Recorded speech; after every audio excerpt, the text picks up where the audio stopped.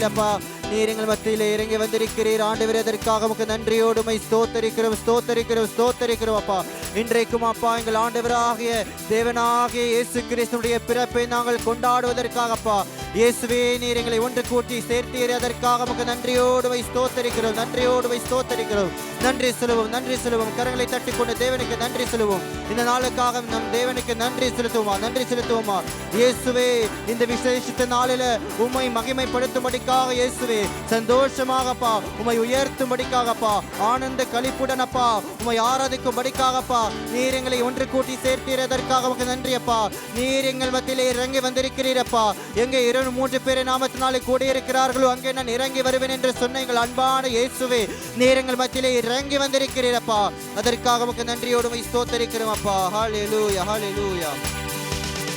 தேவனுக்கே மகிமை, தெய்வத்திற்கே மகிமை, தேவனுக்கே மகிமை, தெய்வத்திற்கே மகிமை. என்னை தேடி வந்து மீட்டவரே தினமுமக்கே மகிமை. என்னை தேடி வந்து மீட்டவரே தினமுமக்கே ஐயா ஐயா வாழ்க வாழ்க உம் நாமம் வாழ்க. ஐயா வாழ்க சொல்லுவோ வாழ்க உம் நாமம். ஐயா வாழ்க ஐயா வாழ்க வாழ்க உம் நாமம் வாழ்க. ஐயா வாழ்க வாழ்க உம் நாமம் வாழ்க. உன்னதத்தில் தேவனுக்கே மகிமை உண்டாகட்டும். உன்னதத்தில் தேவனுக்கே மகிமை உண்டாகட்டும். இந்த பூமியிலே சமாதானமும் பிரியமும் உண்டாகட்டும். இந்த பூமியிலே சமாதானமும் பிரியமும். ஐயா வாழ்க ஐயா வாழ்க. உற்சாகமாக கரங்களை தட்டி தேவனை மகிமைப்படுத்துவோம். ஐயா வாழ்க வாழ்க உம் நாமம். தேடுகிற அனைவருமே மகிழ்ந்து களி கூறட்டும் சொல்லுவோம். தேடுகிற அனைவருமே மகிழ்ந்து களி கூறட்டும். இன்று பாடுகிற யாவருமே பரிசுத்தமாகட்டும். அறிக்கை செய்வோம். இன்று பாடுகிற யாவருமே பரிசுத்தம். ஐயா ஐயா வாழ்க வாழ்க. வளமாய் கரல் தட்டி பாடுவோம். ஐயா வாழ்க வாழ்க உம் நாமம். தேவனுக்கே மகிமை, தெய்வத்திற்கே மகிமை, தேவனுக்கே மகிமை, தெய்வத்திற்கே. என்னை தேடி வந்து என்னை மீட்ட வந்தீரே தினமுமக்கே மகிமை. என்னை தேடி வந்து மீட்டவரே தினம். ஐயா வாழ்க ஐயா வாழ்க வாழ்க உம் நாமம். உற்சாகமாக பாடுவோம். ஐயா வாழ்க வாழ்க உம் நாமம். இன்னும் ஒரு விசை சொல்லுவோம். ஐயா வாழ்க வாழ்க உம் நாமம் வாழ்க. ஐயா வாழ்க வாழ்க உம் நாமம். செவிகளை நீர் திறந்து விட்டீர், செய்வோமும் சித்தம்.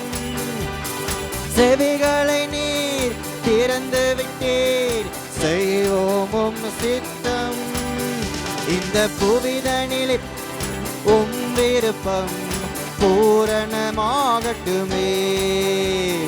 புவிதனிலே உம் விருப்பம் பூரணமாகட்டுமே. ஐயா ஐயா வாழ்க வாழ்க நாமம். உற்சாகமாக கரங்களை தட்டி பாடுவோம். நாமம் தேவனுக்கே தேவனுக்கே மகிமை, தெய்வத்திற்கே மகிமை, தேவனுக்கே மகிமை, தெய்வத்திற்கே. என்னை தேடி வந்தவரே, ஓ மீட்டவரே, தினமுமக்கே மகிமை. இயேசுவே என்னை தேடி வந்து மீட்டவரே, தினமுமக்கே மகிமை. ஐயா வாழ்க வாழ்க உம் நாமம் சொல்லுவோம். ஐயா வாழ்க வாழ்க உம் நாமம். இன்னும் ஒரு விசை ஐயா வாழ்க வாழ்க உம் நாமம் வாழ்க. ஐயா வாழ்க வாழ்க உம் நாமம் வாழ்க. ஹல்லேலூயா. பலமாய் கரங்களை தட்டிக்கொண்டு தேவனுக்கு நன்றி செலுத்துவோமா, நன்றி செலுத்துவோமா. பலமாய் பலமாய் கரங்களை தட்டிக்கொண்டு தேவனுக்கு நன்றி செலுத்துவோம், நன்றி செலுத்துவோம். அவரே நமக்காக இந்த மாம்ச சரீரத்திலே இந்த பூமியிலே வந்து நம்மை ரட்சித்து இருக்கிறார். பாவத்திலிருந்து, சாபத்திலிருந்து, மரணத்திலிருந்து, நோய்களிலிருந்து நம்மை ரட்சித்து இருக்கிறார். அதனால் தான் நம்முடைய தேவாதி தேவன் ஆண்டவராக இயேசு கிறிஸ்துவை நாங்கள் ஆராதிக்கிறோம். அதனால் தான் நாங்கள் அவரை கொண்டாடுகிறோம். அதனால் தான் நாம் அவரை போற்றுகிறோம். அதற்காக தேவனுக்கு நன்றி சொல்லுங்க, நன்றி சொல்லுங்க, நன்றி சொல்லுங்க. இந்த பூமியிலே வந்து அற்புதங்களை செய்து ஹல்லேலூயா பிசாசுகளை அகற்றி தேவன் நமக்காக சிலுவையிலே மரித்து 3ஆம் நாள் உயிர் தெழுந்தார். அதற்காக தேவனுக்கு நன்றி சொல்லுங்க. அதற்காக தான் ஆண்டவராக இயேசு கிறிஸ்து இந்த பூமியிலே வந்திருக்கிறார். நமக்காக சிலுவையிலே பலியாகுவதற்காக எங்கள் ஆண்டவராக இயேசு கிறிஸ்து இந்த பூமியிலே வந்திருக்கிறார். அதற்காக தேவனுக்கு நன்றி சொல்லுங்க, நன்றி சொல்லுங்க. உற்சாகமாக உற்சாகமாக உற்சாகமாக ஹல்லேலூயா. தேவன் நமக்கு நன்றியோடு ஸ்தோத்திரிக்கிறோம், ஸ்தோத்திரிக்கிறோம்ப்பா. கிறிஸ்து இயேசுவே நீர் இந்த உலகத்திலே எங்களுக்காக வந்தவரே, உமக்கு நன்றியோடு ஸ்தோத்திரிக்கிறோம், ஸ்தோத்திரிக்கிறோம், ஸ்தோத்திரிக்கிறோம்ப்பா. எங்களை ரட்சிக்கும்படிக்காக வந்தீரே அந்த ஆண்டவரே, அதற்காக உமக்கு நன்றி செலுத்துகிறோம்ப்பா, நன்றி செலுத்துகிறோம் ஆண்டவரே. ஹல்லேலூயா. தேவனே உமக்கு நன்றியோடு ஸ்தோத்திரிக்கிறோம், நன்றியோடு ஸ்தோத்திரிக்கிறோம். ஹல்லேலூயா, ஹல்லேலூயா. எத்தனை பேர் சந்தோஷமா இருக்கிறீங்க? 1 தீமோத்தேயு 1:15 சொல்கிறது, பாவிகளை ரட்சிக்க கிறிஸ்து இயேசு உலகத்தில் வந்தார் என்கிற வார்த்தை உண்மையும் எல்லா அங்கீகரிப்புக்கும் பாத்திரமுமானது. ஆமென். நம்முடைய தேவன் ஆண்டவராக இயேசு கிறிஸ்து நம்மை ரட்சிக்கும்படிக்காக இந்த பூமியில் அவர் வந்து பிறந்தார். ஆமென். பாவங்களையும் சாபங்களையும் மரணங்களையும் நோய்களையும் எல்லாவற்றையும் நீக்கும்படிக்காக நம்முடைய ஆண்டவராக இயேசு கிறிஸ்து இந்த பூமியிலே மாம்ச சரீரத்தில் வந்து பிறந்தார். ஆமென். நம்முடைய வாழ்க்கையில சந்தோஷத்தையும் சமாதானத்தையும் கொடுக்கும்படிக்காக, நம்முடைய வாழ்க்கையில நிம்மதி கொடுக்கும்படிக்காக, அற்புதங்களை செய்வதற்காக, அதிசயங்களை செய்வதற்காக, நம்முடைய வாழ்க்கையை மாற்றுவதற்காக நம்முடைய தேவன் இயேசு கிறிஸ்து இந்த பூமியிலே பிறந்தார். ஆமென். இதை நம்பி விசுவாசித்து பாவங்கள் போக்கவே சாபங்கள் நீக்கவே பூலோகம் வந்தார் என்கிற அந்த பாடல் பாடி ஆண்டவராக இயேசு கிறிஸ்துவை நாம் கொண்டாடுவோம். பாவங்கள் போக்கவே சாபங்கள் நீக்கவே பூலோகம் வந்தாரையா, மனிதரை மீட்கவே பரலோகம் திறக்கவே சிலுவையை சுமந்தாரையா. பாவங்கள் போக்கவே சாபங்கள் நீக்கவே பூலோகம் வந்தாரையா, மனிதரை மீட்கவே பரலோகம் திறக்கவே சிலுவை சுமந்தாரையா. கண்ணீரை துடைத்தாரையா, சந்தோஷம் உற்சாகமாக பாடுவோம். கண்ணீரை துடைத்தாரையா, சந்தோஷம் தந்தாரையா. எந்தன் இயேசுவே, எந்தன் இயேசுவே, எந்தன் இயேசுவே, எந்தன் இயேசுவே, எந்தன் இயேசுவே, எந்தன் இயேசுவே, எந்தன் இயேசுவே, எந்தன் இயேசுவே. இருளிலே வாழ்வோரை வெளிச்சத்தில் சேர்த்திட ஒளியாக வந்தாரையா, சாத்தானின் அதிகார வல்லமை அழித்திட்டு சமாதானம் தந்தாரையா. இருளிலே வாழ்வோரை வெளிச்சத்தில் சேர்த்திட ஒளியாக வந்தாரையா. சாத்தானின் அதிகார வல்லமை அழித்திட்டு சமாதானம் தந்தாரையா. சந்தோஷ நற்செய்தியை அறிவிக்க வந்தாரையா. சந்தோஷ நற்செய்தியை அறிவிக்க வந்தாரையா. எந்தன் இயேசுவே, எந்தன் இயேசுவே, எந்தன் உற்சாகமாய் பாடுவோம். எந்தன் இயேசுவே, எந்தன் இயேசுவே, எந்தன் இயேசுவே, எந்தன் இயேசுவே, எந்தன் இயேசுவே, எந்தன்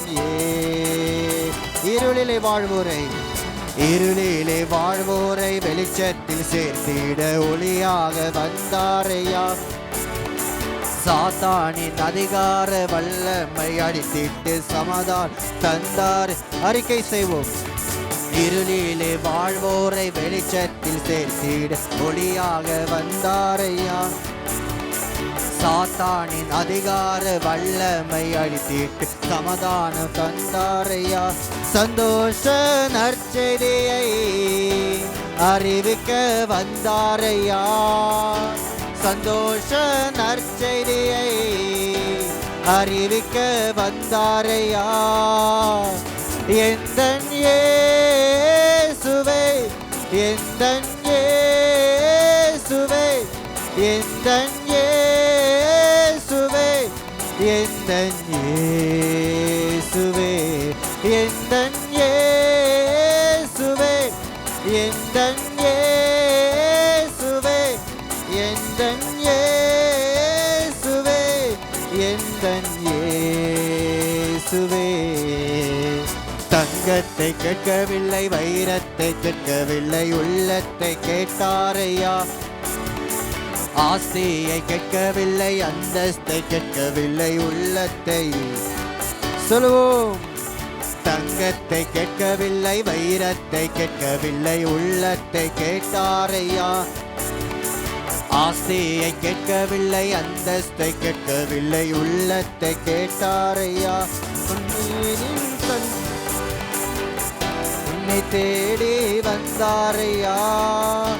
நான் தேடி போகவில்லை, என்னை தேடி வந்தாரையா.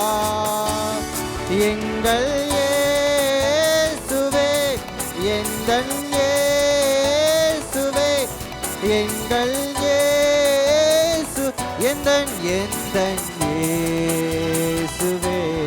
எந்தன் இயேசுவே, எந்தன் இயேசுவே, எந்தன் இயேசுவே, எந்தன் இயேசுவே. தாய் உன்னை மறந்தாலும் தந்தை உன்னை மறந்தாலும் அவர் உன்னை மறக்க மாட்டார்.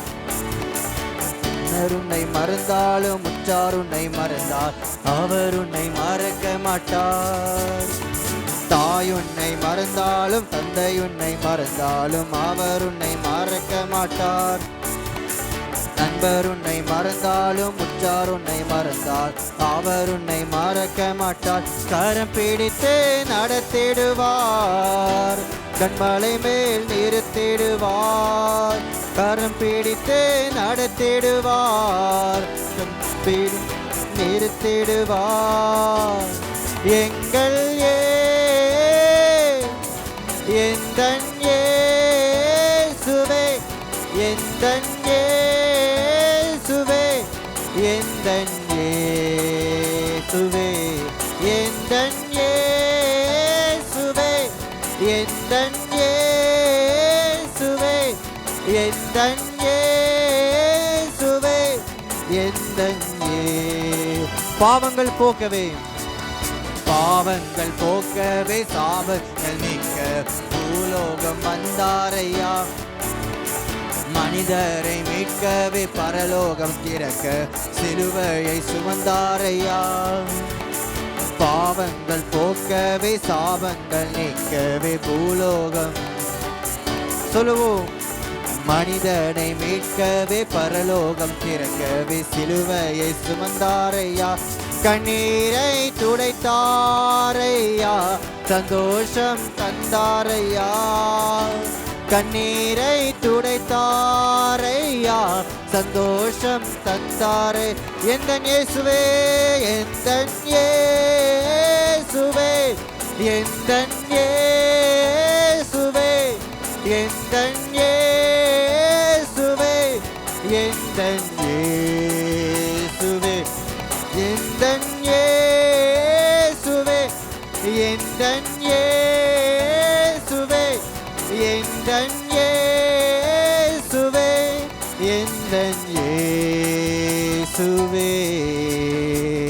ஹல்லேலூயா. கரங்களை தட்டிக்கொண்டு தேவனுக்கு நன்றி செலுத்துவோமா.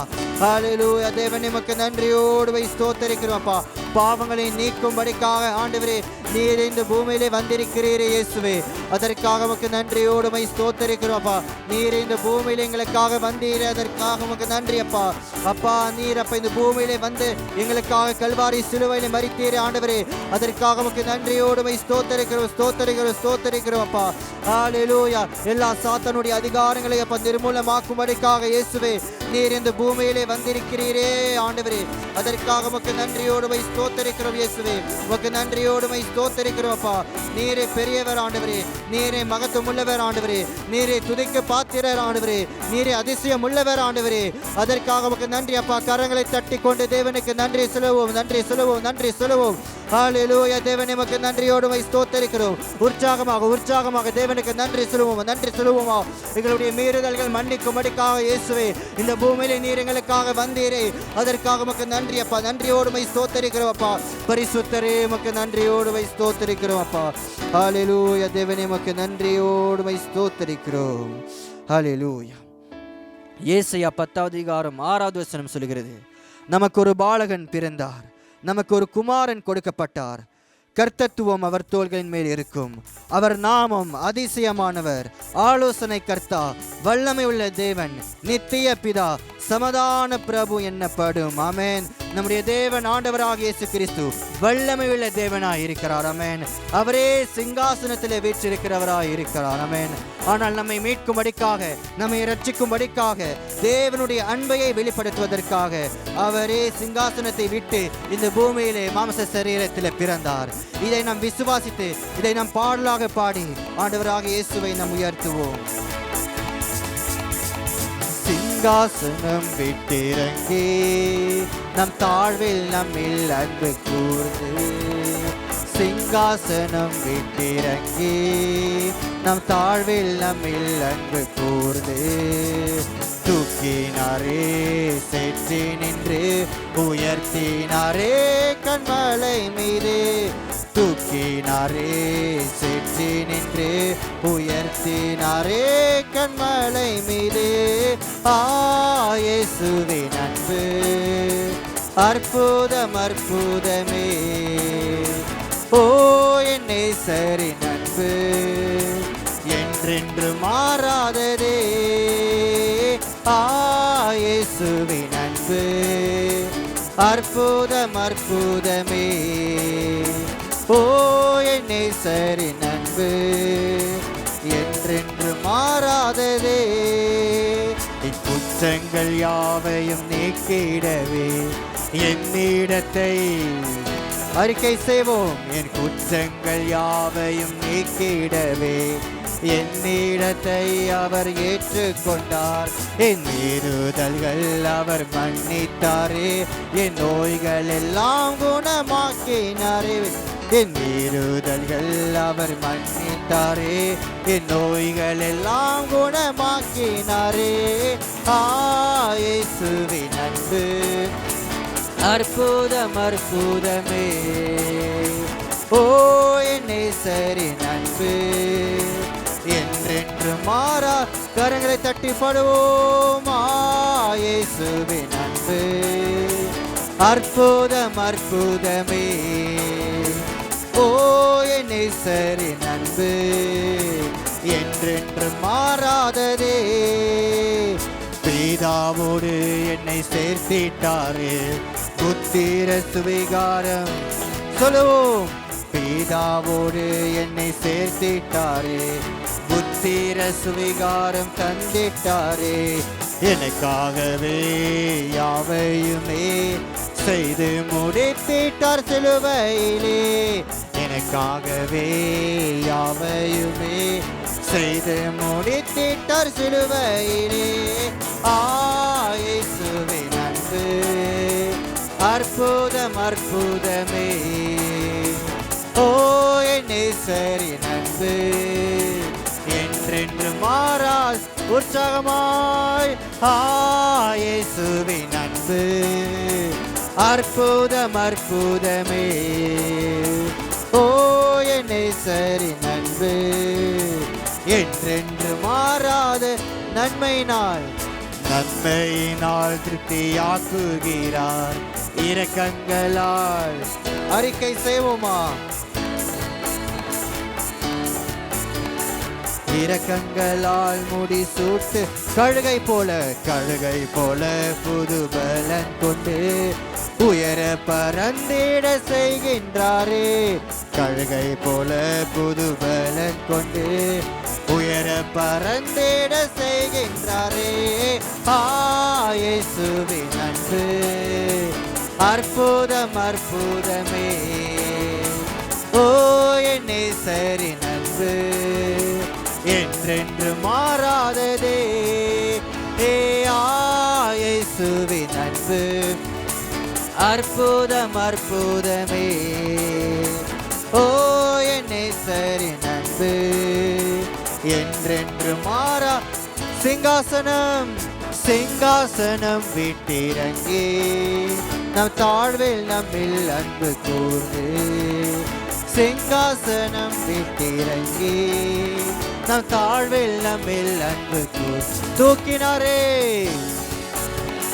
சேற்றி நின்று உயர்த்தினாரே கண்மலை மீது தூக்கினாரே. சேற்றி நின்று உயர்த்தினாரே கண்மலை உற்சாகமாய். இயேசுவின் அன்பு அற்புதம் அற்புதமே. ஓ என் நேசரின் அன்பு என்றென்று மாறாததே. இயேசுவின் அன்பு அற்புதம் அற்புதமே. ஓ என் நேசரின் அன்பு என்றென்று மாற. இன்னும் ஒரு விசை. இயேசுவின் அன்பு. உற்சாகமாக பாடுவோம், கரங்களை தட்டி பாடுவோம். ஓ என் நேசரின் அன்பு என்றென்று மாறாததே. ஹல்லேலூயா. பலமாய் கரங்களை தட்டி கொண்டு இயேசுவுக்கு நன்றி செலுத்துவோமா. அவரே நமக்காக சிங்காசனத்தை விட்டு இந்த பூமியில நமக்காக வந்திருக்கிறார். அதற்காக தேவனுக்கு நன்றி சொல்லுங்க. ஹல்லேலூயா. தேவன் நமக்கு நன்றியோடு ஸ்தோத்திரிக்கிறோம். ஆண்டவரே நீரே ஆண்டவரே சிங்காசனத்தை விட்டு இயேசு கிறிஸ்து இந்த பூமியில் எங்களுக்காக வந்தீரே. அதற்காக நமக்கு நன்றி செலுத்துகிறோம் அப்பா. எங்கள் ஆண்டவராக இயேசு கிறிஸ்துவே நீரே இந்த பூமியில் அப்பா எங்களுக்காக பிறந்தீரப்பா. எங்களுக்காக தாழ்த்தீரப்பா. அதற்காக நமக்கு நன்றி அப்பா. எங்களை ரட்சிக்கும்படிக்காக வந்தீரே ஆண்டவரே. அதற்காக நமக்கு நன்றி. எங்களை மீட்கும்படிக்காக நீர் வந்தீரே இயேசுவே. அதற்காக நமக்கு நன்றியோடு ஸ்தோத்திரிக்கிறோம் அப்பா. ஹல்லேலூயா. தேவன் நமக்கு நன்றியோடு ஸ்தோத்திரிக்கிறோம் அப்பா. நீர் எங்களுக்காக வந்தீரே. அதற்காக நமக்கு நன்றி செலுத்துகிறோம் அப்பா. ஹல்லேலூயா. தேவனே தேவாதி தேவனே உம்மை உயர்த்துகிறோம் அப்பா. கர்த்தாவே நாங்கள் உம்மை உயர்த்துகிறோம் ஆண்டவரே. ஹல்லேலூயா. தேவனே உமக்கு நன்றியோடு ஸ்தோத்திரிக்கிறோம் அப்பா. ஹல்லேலூயா. பக்தரே வாரும் ஆசையாவலோடும் நீர் பாரும் பாலனை. வானோரின் ராஜன் கிறிஸ்து பிறந்தாரே. சாஷ்டாகம் செய்யவாரும் சாஷ்டாகம் செய்யவாரும்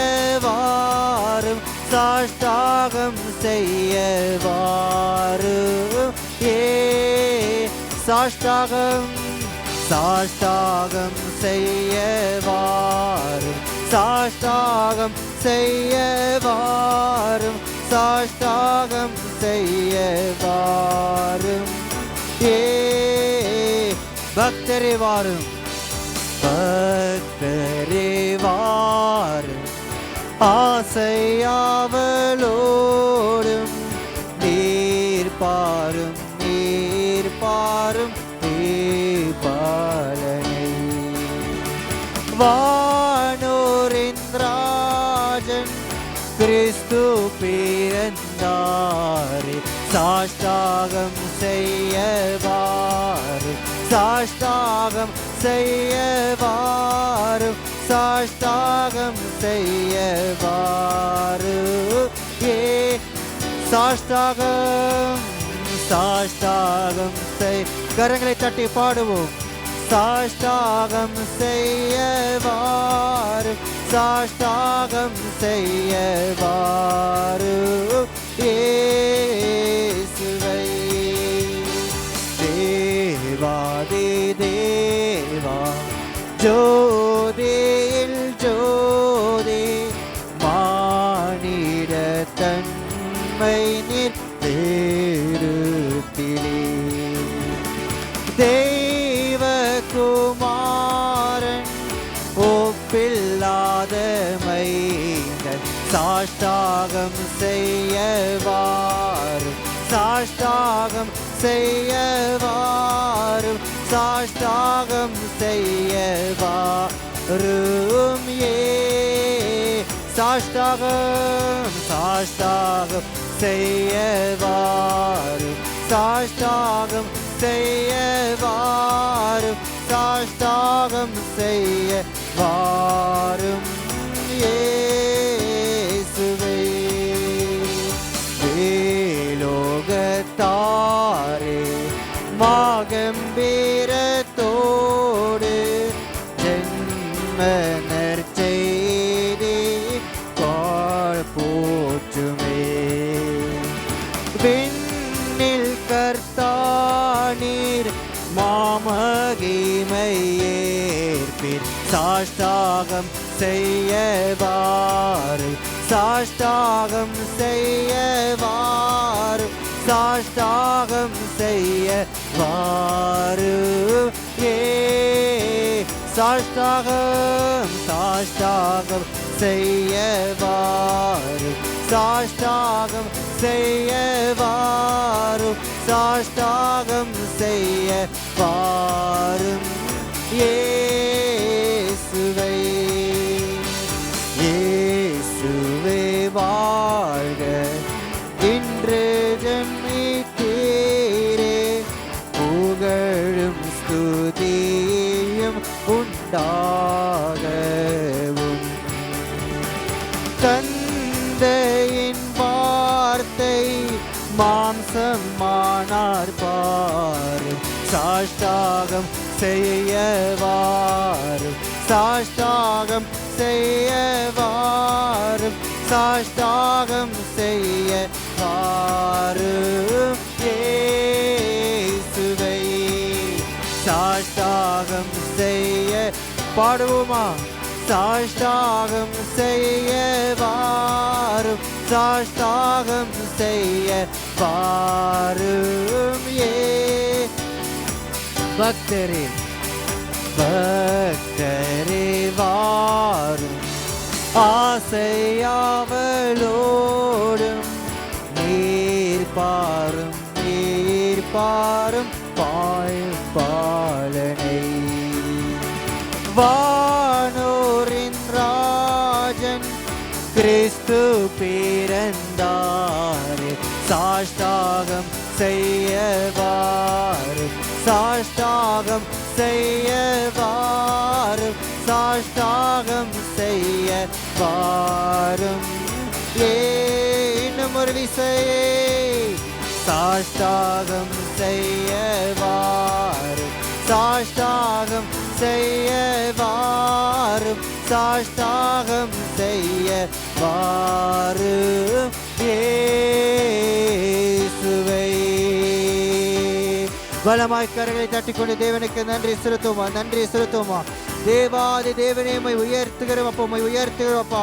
நீரப்பா இந்த பூமியில் எங்களுக்காக வந்தீரப்பா, அதற்காக உமக்கு நன்றியோடு வை ஸ்தோத்தரிக்கிறோப்பா, நன்றியோடு வை ஸ்தோத்தரிக்கிறோம்ப்பா. ஹல்லேலூயா, ஹல்லேலூயா, ஹல்லேலூயா. கர்த்தருக்கு மகிமை உண்டாவதாக. இதோ இந்த சிறப்பு காணிக்கை வேலையை ஒப்பு கொடுத்து ஜெபிப்போமாக. பிதாவே, நன்றியோடு உம்மை துதிக்கிறோம் கர்த்தாவே. ஆண்டவரே, இதோ இந்த ஆராதனை வேலையை கர்த்தாவே தொடக்கம் முதல் முடிவு வரை நீர் பொறுப்பெடுத்து நடத்துவதற்காக நன்றி ராஜா. ஒவ்வொரு பகுதிகளையும் ஆசீர்வாதமாய் நீ நடத்துவதற்காக நன்றி செலுத்துகிறோம் கர்த்தாவே. இந்த காணிக்கை வேலையும் ஆசீர்வதித்து இதோ ஒவ்வொரு இருதயத்தோடும் நீர் பேசுவீராக. முழு இருதயத்தோடும் உற்சாகத்தோடும் உதாரணத்தோடும் கொடுக்க செய்வதற்காக நன்றி தகப்பனே. அப்பா, நீர் தந்த ஆசீர்வாதத்தினால் நாங்கள் பெற்றுக்கொண்ட இந்த காணிக்கைகளை உமது பாதத்தில் செலுத்துகிறோம் அப்பா. இயேசு கிறிஸ்துவின் நாமத்தின் மூலம் ஜெபிக்கிறோம் பிதாவே, ஆமென். சிங்காசனம் விட்டிறங்கி நம் தாழ்வில் நம்மில் அன்பு கூறு. சிங்காசனம் விட்டிறங்கி நம் தாழ்வில் நம்மில் அன்பு கூறு.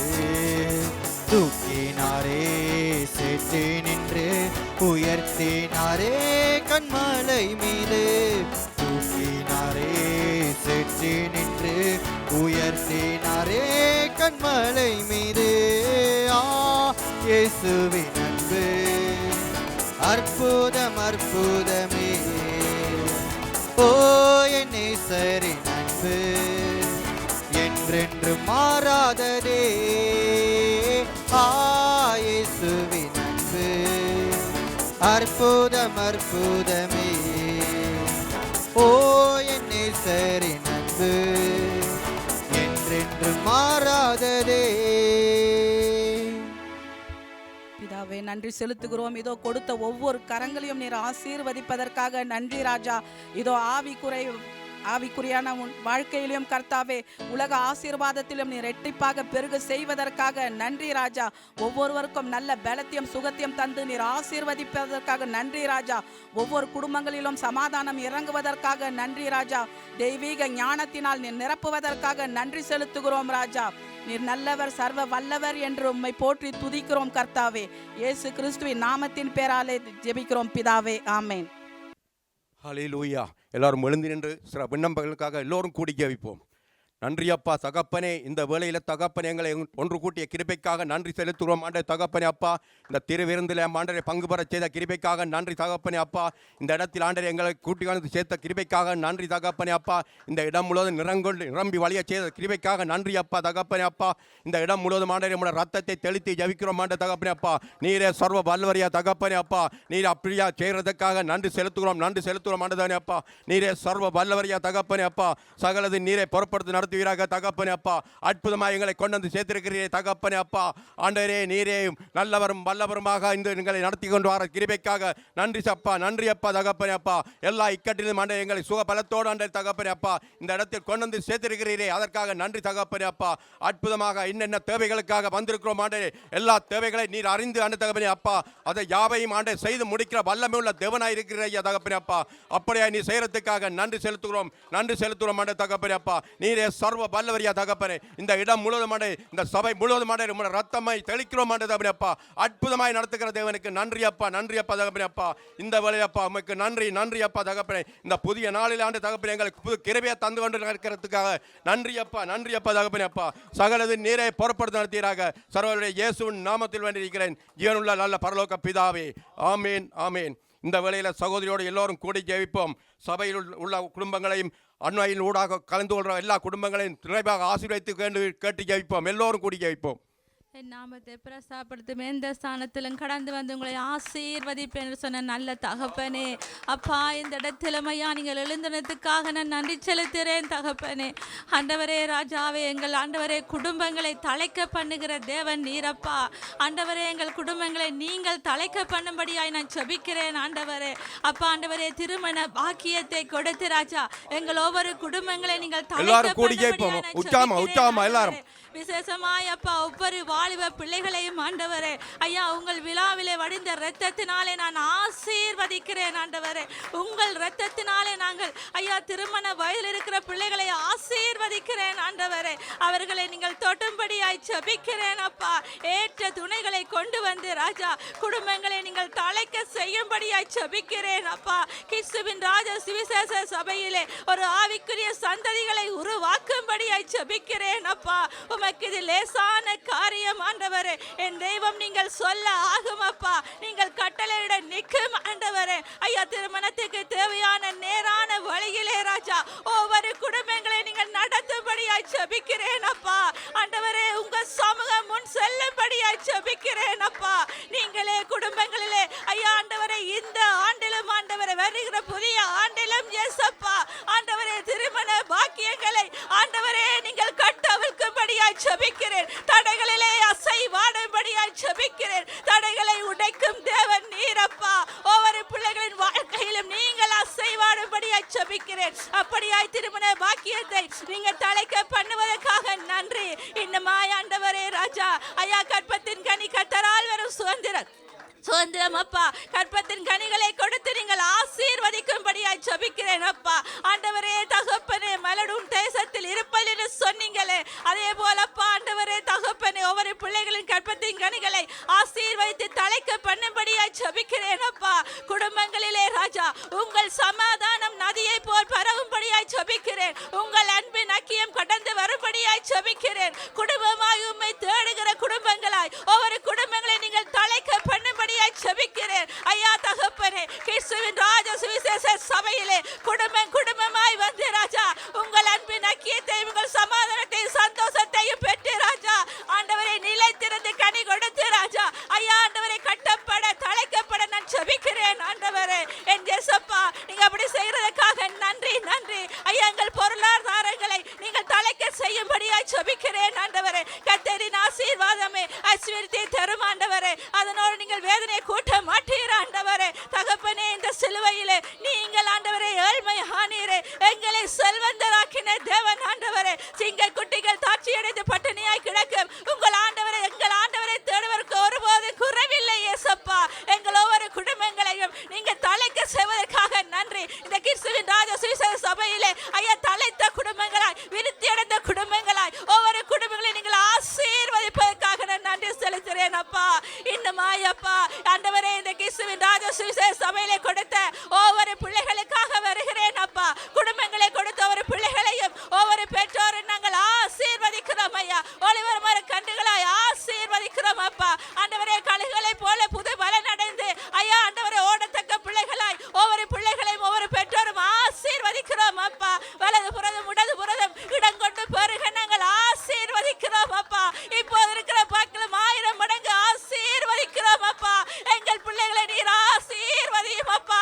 கர்த்தர் நீர் நடத்தி அப்பா மகாவரட்சியான காலங்களில் ஐயா அவர்களை ஆத்துமாக்களை திருப்தியாக்கி எலும்புகளை நிறமுள்ளதாக்கி அப்பா நீர் பாற்றலான தோட்டத்தை போலவும் வற்றாத நீருட்டு பிள்ளையும் எங்கள் பிள்ளைகள் ஒவ்வொருவரை நீர் ஆசீர்வதிக்கும்படியாய் தலைக்க செய்யும்படியாய் நான் ஜெபிக்கிறேன் அப்பா.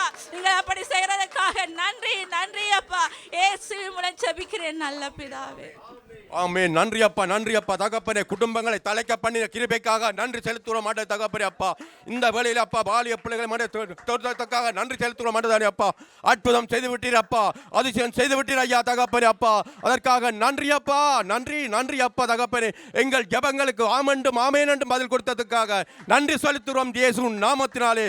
ஆமென் ஆமென் ஆமென். இந்த வேளையில் சகோதரியோட கூடி எல்லோரும் கூடி ஜெயிப்போம். சிறு பிள்ளைகளையும் பாலிய பிள்ளைகளையும் திருமண வயதில் இருக்க பிள்ளைகளுக்கு எல்லோரும் கூடி ஒன்றாக கூடி ஜெயிப்போம். ஆமென். கர்த்தாவே சோத்திரம் ஆண்டவரே சோத்திரம் ஆண்டவரே தேவனே சோத்திரம் ஐயா. நீ உம்முடைய கிருபையினாலும் இரக்கத்தினாலும் எங்களை பாதுகாத்து வழி நடத்துறவரே உமக்கு ஸ்தோத்திரம் கர்த்தாவே. எங்கு போனாலும் எங்களுக்கு பின்வர்றவரே உமக்கு ஸ்தோத்திரம் ஆண்டவரே. அப்பா உம்முடைய பாதத்திலே ஆண்டவரே ஒவ்வொருத்தரையும் நான் ஒப்பு கொடுக்கிறேன் கர்த்தாவே. இந்த குடும்பம் முழுவதையும் ஆண்டவரே ஐயா அந்த சிறு கூட்டமா இருந்தாலும் ஆண்டவரே ஐயா நீர் எங்களோடு கூட இருப்பவரே எங்களோடு அசைவாடுபவரே ஐயா உமக்கு ஸ்தோத்திரம் ராஜா. என் தேவ தகப்பனே நீர் வந்து இறங்கி நிற்பவரே சோத்திரம் ஆண்டவரே.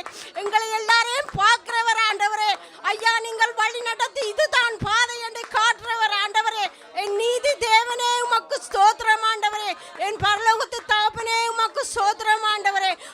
சிறுவர் முதல் பெரியோர் வரை ஆண்டவரே நான் அவர்களை ஒப்பு கொடுக்கிறேன் கர்த்தாவே.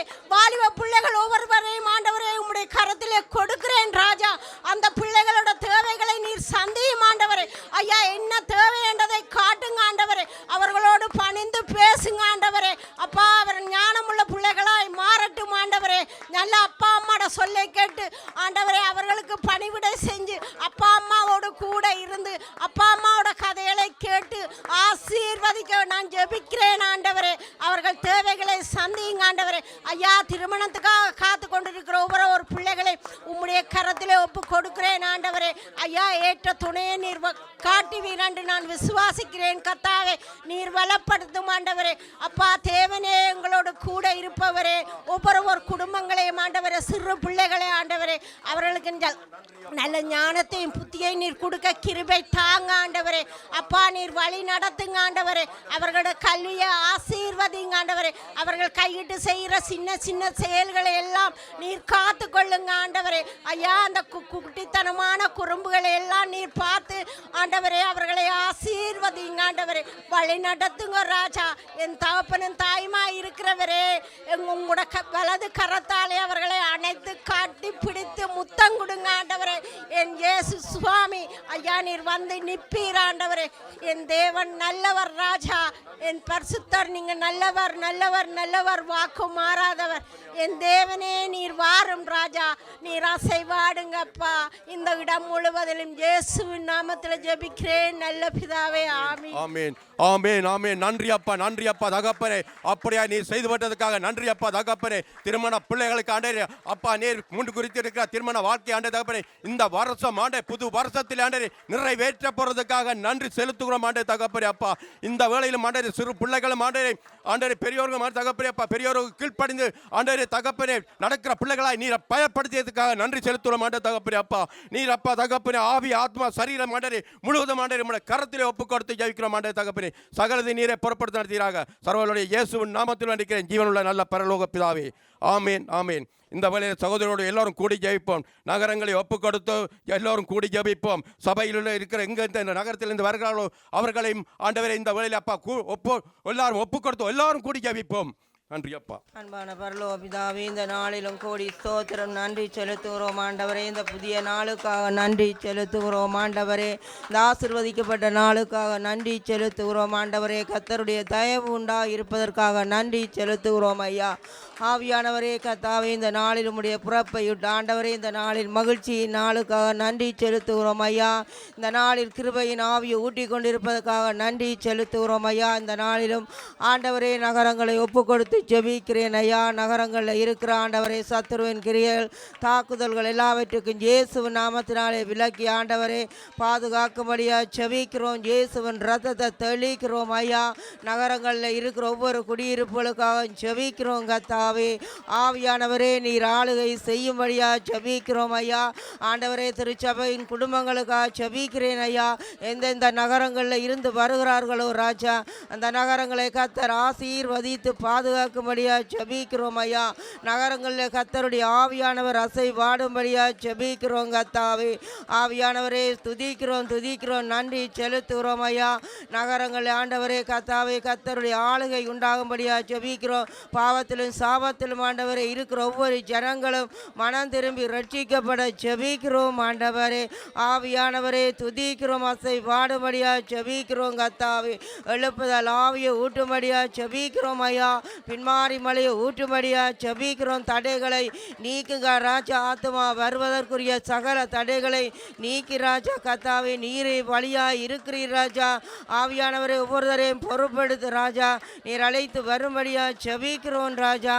ஆவியானவரே நகரத்தில் இருக்கிற ஆண்டவரே ஒவ்வொரு சாத்தானுடைய தாக்குதலுக்கும் விலக்கி ராஜா. ஒவ்வொரு குடும்பங்களையும் பலப்படுத்தும்படியா ஜெபிக்கிறோம். வல்லமையாய் கிருபை செய்யும்படியா ஜெபிக்கிறோம் ஆண்டவரே. ஆவியானவரே துதிக்கிறோம் செலுத்துகிறோம் நன்றி செலுத்துகிறோம் நன்றி செலுத்துகிறோம். கர்த்தர் பெரிய காரியங்களை செய்யும்படியா ஜெபிக்கிறோம் ஐயா. ஆண்டவரே கர்த்தாவே நகரத்தை நீர் ஆளுகை செய்யும்படியா இயேசுவின் நாமத்தை ஜெபிக்கிறோம் ஜீவனுள்ள நல்ல பிதாவே. ஆமென். நன்றி அப்பா தகப்பனே, அப்படி அற்புதம் செய்யப்பட்டீர் அப்பா தகப்பனே. நகரத்தில் உள்ள பாவம் மன்னிப்பல் அப்பா நீக்கி போட்டீர், அதற்காக நன்றி அப்பா தகப்பனே. அப்பா நகரத்தில் இருக்க ஜனங்களை நீர் கொண்டு வரப்போறதுக்காக நன்றி அப்பா தகப்பனே. அப்பா எழுப்புதல் கட்டளை எழுப்புவதற்காக நன்றி செலுத்துகிறோம் ஆண்ட தகப்பனே. அப்பா நீரே சர்வ வல்லவரையா தகப்பனே. புது ஆண்டில புது கிருபை தந்தைகளை நடத்த போறதுக்காக நன்றி செலுத்துகிறோம் ஆண்ட தகப்பனே. அப்பா அற்புதமாய் செய்து விட்டதுக்காக கோடான கோடி நன்றி செலுத்துகிறோம். சர்வ வல்லவருடைய இயேசுவின் நாமத்தில் வேண்டிக்கிறேன் ஜீவனுள்ள நல்ல பரலோக பிதாவே. ஆமீன் ஆமீன். நம்ம நின்று கொண்டே ஒரு வேத பகுதியை நாம் வாசிக்கலாம். லூக்கா நற்செய்தி புஸ்தகம் 2வது அதிகாரம் 1 to 20 வரை உள்ள வசனங்கள் வாசிக்கலாம். அந்நாட்களில் உலகமெங்கும் குடிமதிப்பு எழுதப்பட வேண்டும் என்று அகுஸ்து ராயனால் கட்டளை பிறந்தது. சீரியா நாட்டிலே சிரேனியு என்பவன் தேசாதிபதியாக இருந்த பொழுது இந்த முதலாம் குடிமதிப்பு உண்டாயிற்று. அந்தபடி குடிமதிப்பு எழுதப்படும்படிக்கு எல்லாரும் தங்கள் தங்கள் ஊர்களுக்கு போனார்கள். அப்பொழுது யோசேப்பும் தான் தாவீதின் வம்சத்தானும் குடும்பத்தானுமாய் இருந்தபடியினால தனக்கு மனைவியாக நியமிக்கப்பட்டு கர்ப்பவதியான மரியாளுடனே குடிமதிப்பு எழுதப்படும்படி கலிலேயா நாட்டிலுள்ள நாசரேத் ஊரிலிருந்து யூதேயா நாட்டிலுள்ள பெத்லெகேம் என்னும் தாவீதின் ஊருக்கு போனான். அந்த இடத்திலே அவர்கள் இருக்கையில் அவளுக்கு பிரசவ காலம் நேரிட்டது. அவள் தன் முதல் பேரான குமாரனை பெற்று சத்திரத்திலே அவர்களுக்கு இடமில்லாமல் இருந்தபடியினால பிள்ளையை துணிகளிலே சுற்றி முன்னணியிலே கிடத்தினாள். அப்பொழுது அந்த நாட்டிலே மேய்ப்பர்கள் வயல்வெளியிலே தங்கி ராத்திரியிலே தங்கள் மந்தையை காத்து கொண்டு இருந்தார்கள். அந்த வேளையிலே கர்த்தருடைய தூதன் அவரிடத்தில் வந்து நின்றான். கர்த்தருடைய மகிமை அவர்களை சுற்றிலும் பிரகாசித்தது. அவர்கள் மிகவும் பயந்தார்கள். தேவ தூதன் அவர்களை நோக்கி, பயப்படாமல் இருங்கள், இதோ எல்லா ஜனத்திற்கும் மிகுந்த சந்தோஷத்தை உண்டாக்கும் நற்செய்தியை உங்களுக்கு அறிவிக்கிறேன். இன்று கர்த்தராகிய கிறிஸ்து என்னும் இரட்சகர் உங்களுக்காக தாவீதின் ஊரிலே பிறந்திருக்கிறார். பிள்ளையை துணிகளிலே சுற்றி முன்னணியிலே கிடத்தியிருக்க காண்பீர்கள், இதுவே உங்களுக்கு அடையாளம் என்றான். அந்த க்ஷணமே பரமசேனையின் திரள் அந்த தூதனுடனே தோன்றி, உன்னதத்தில் இருக்கிற தேவனுக்கு மகிமையும் பூமியிலே சமாதானமும் மனுஷர் மேலே பிரியமும் உண்டாகுவதாக என்று சொல்லி தேவனை துதித்தார்கள். தேவ தூதர்கள் அவர்களை விட்டு பரலோகத்துக்கு போன பின்பு மெய்ப்பர்கள் ஒருவரை ஒருவர் நோக்கி, நாம் பெத்லெகேம் ஊருக்கு போய் நடந்ததாக கர்த்தரால் நமக்கு அறிவிக்கப்பட்ட இந்த காரியத்தை பார்ப்போம் வாருங்கள் என்று சொல்லி தீவிரமாக வந்து மரியாளையும் யோசேப்பையும் முன்னணியில் கிடைத்திருக்கிற பிள்ளையையும் கண்டார்கள். கண்டு அந்த பிள்ளையை குறித்து தங்களுக்கு சொல்லப்பட்ட சங்கதியை பிரசித்தம் பண்ணினார்கள். மெய்ப்பராலே தங்களுக்கு சொல்லப்பட்டதை கேட்ட யாவரும் அவைகளை குறித்து ஆச்சரியப்பட்டார்கள். ஹல்லேலூயா. மரியாளோ அந்த சங்கதிகளை எல்லாம் தன் இருதயத்தில் வைத்து சிந்தனை பண்ணினாள். மெய்ப்பர்களும் தங்களுக்கு சொல்லப்பட்டதின்படியே கேட்டு கண்ட எல்லாவற்றுக்காகவும் தேவனை மகிமைப்படுத்தி துதித்து கொண்டு திரும்பி போனார்கள். எங்களை அதிகமாய் நேசிக்கிற எங்கள் அன்பு பரலோக பிதாவே, ஆண்டவர் இயேசு கிறிஸ்துடைய பிறப்பை நினைவு கூர்ந்து கொண்டாடுகிற இந்த நாளிலே தானே எங்கள் துதிகளின் மத்தியில் எழுந்தருளுகிற எங்கள் தேவன், உம்முடைய மகிமை, உம்முடைய வல்லமை, உம்முடைய பிரசன்னத்தை எங்கள் மத்தியில் வெளிப்படுத்தின எங்கள் கர்த்தர், இப்பொழுதும் கூட உம்முடைய வசனத்தை நீர் எங்களுக்கு அனுப்பியிருக்கிறதற்காக நன்றி. உம்முடைய வசனத்தை கொண்டு நீர் எங்களோடு கூட பேசுவீராக. எங்கள் இருதயங்கள் திறக்கப்படுவதாக, அது 100 மடங்காக பலன் தருவதாக. எனக்காக தேவனுடைய குமாரன் இந்த பூமியில் மனுஷனாக அவர் பிறந்திருக்கிறார் என்கிற இந்த சந்தோஷமான இந்த செய்தியை கேட்டு, ஆண்டவர் இயேசு கிறிஸ்துவரே மெய்யான ஜீவனுள்ள தேவன் என்று சொல்லி விசுவாசித்து ரட்சிக்கப்படும்படிக்கு எங்கள் இருதயங்களை நீர் ஆயத்தப்படுத்துவீராக, பலப்படுத்துவீராக, திறந்தருளுவீராக. அடியனை கொண்டு நீர் பேசுவீராக. இயேசு கிறிஸ்துவின் நாமத்தினால் ஜெபிக்கிறோம் நல்ல பரலோக பிதாவே, ஆமீன். எல்லோருமாய் உட்காரலாம்.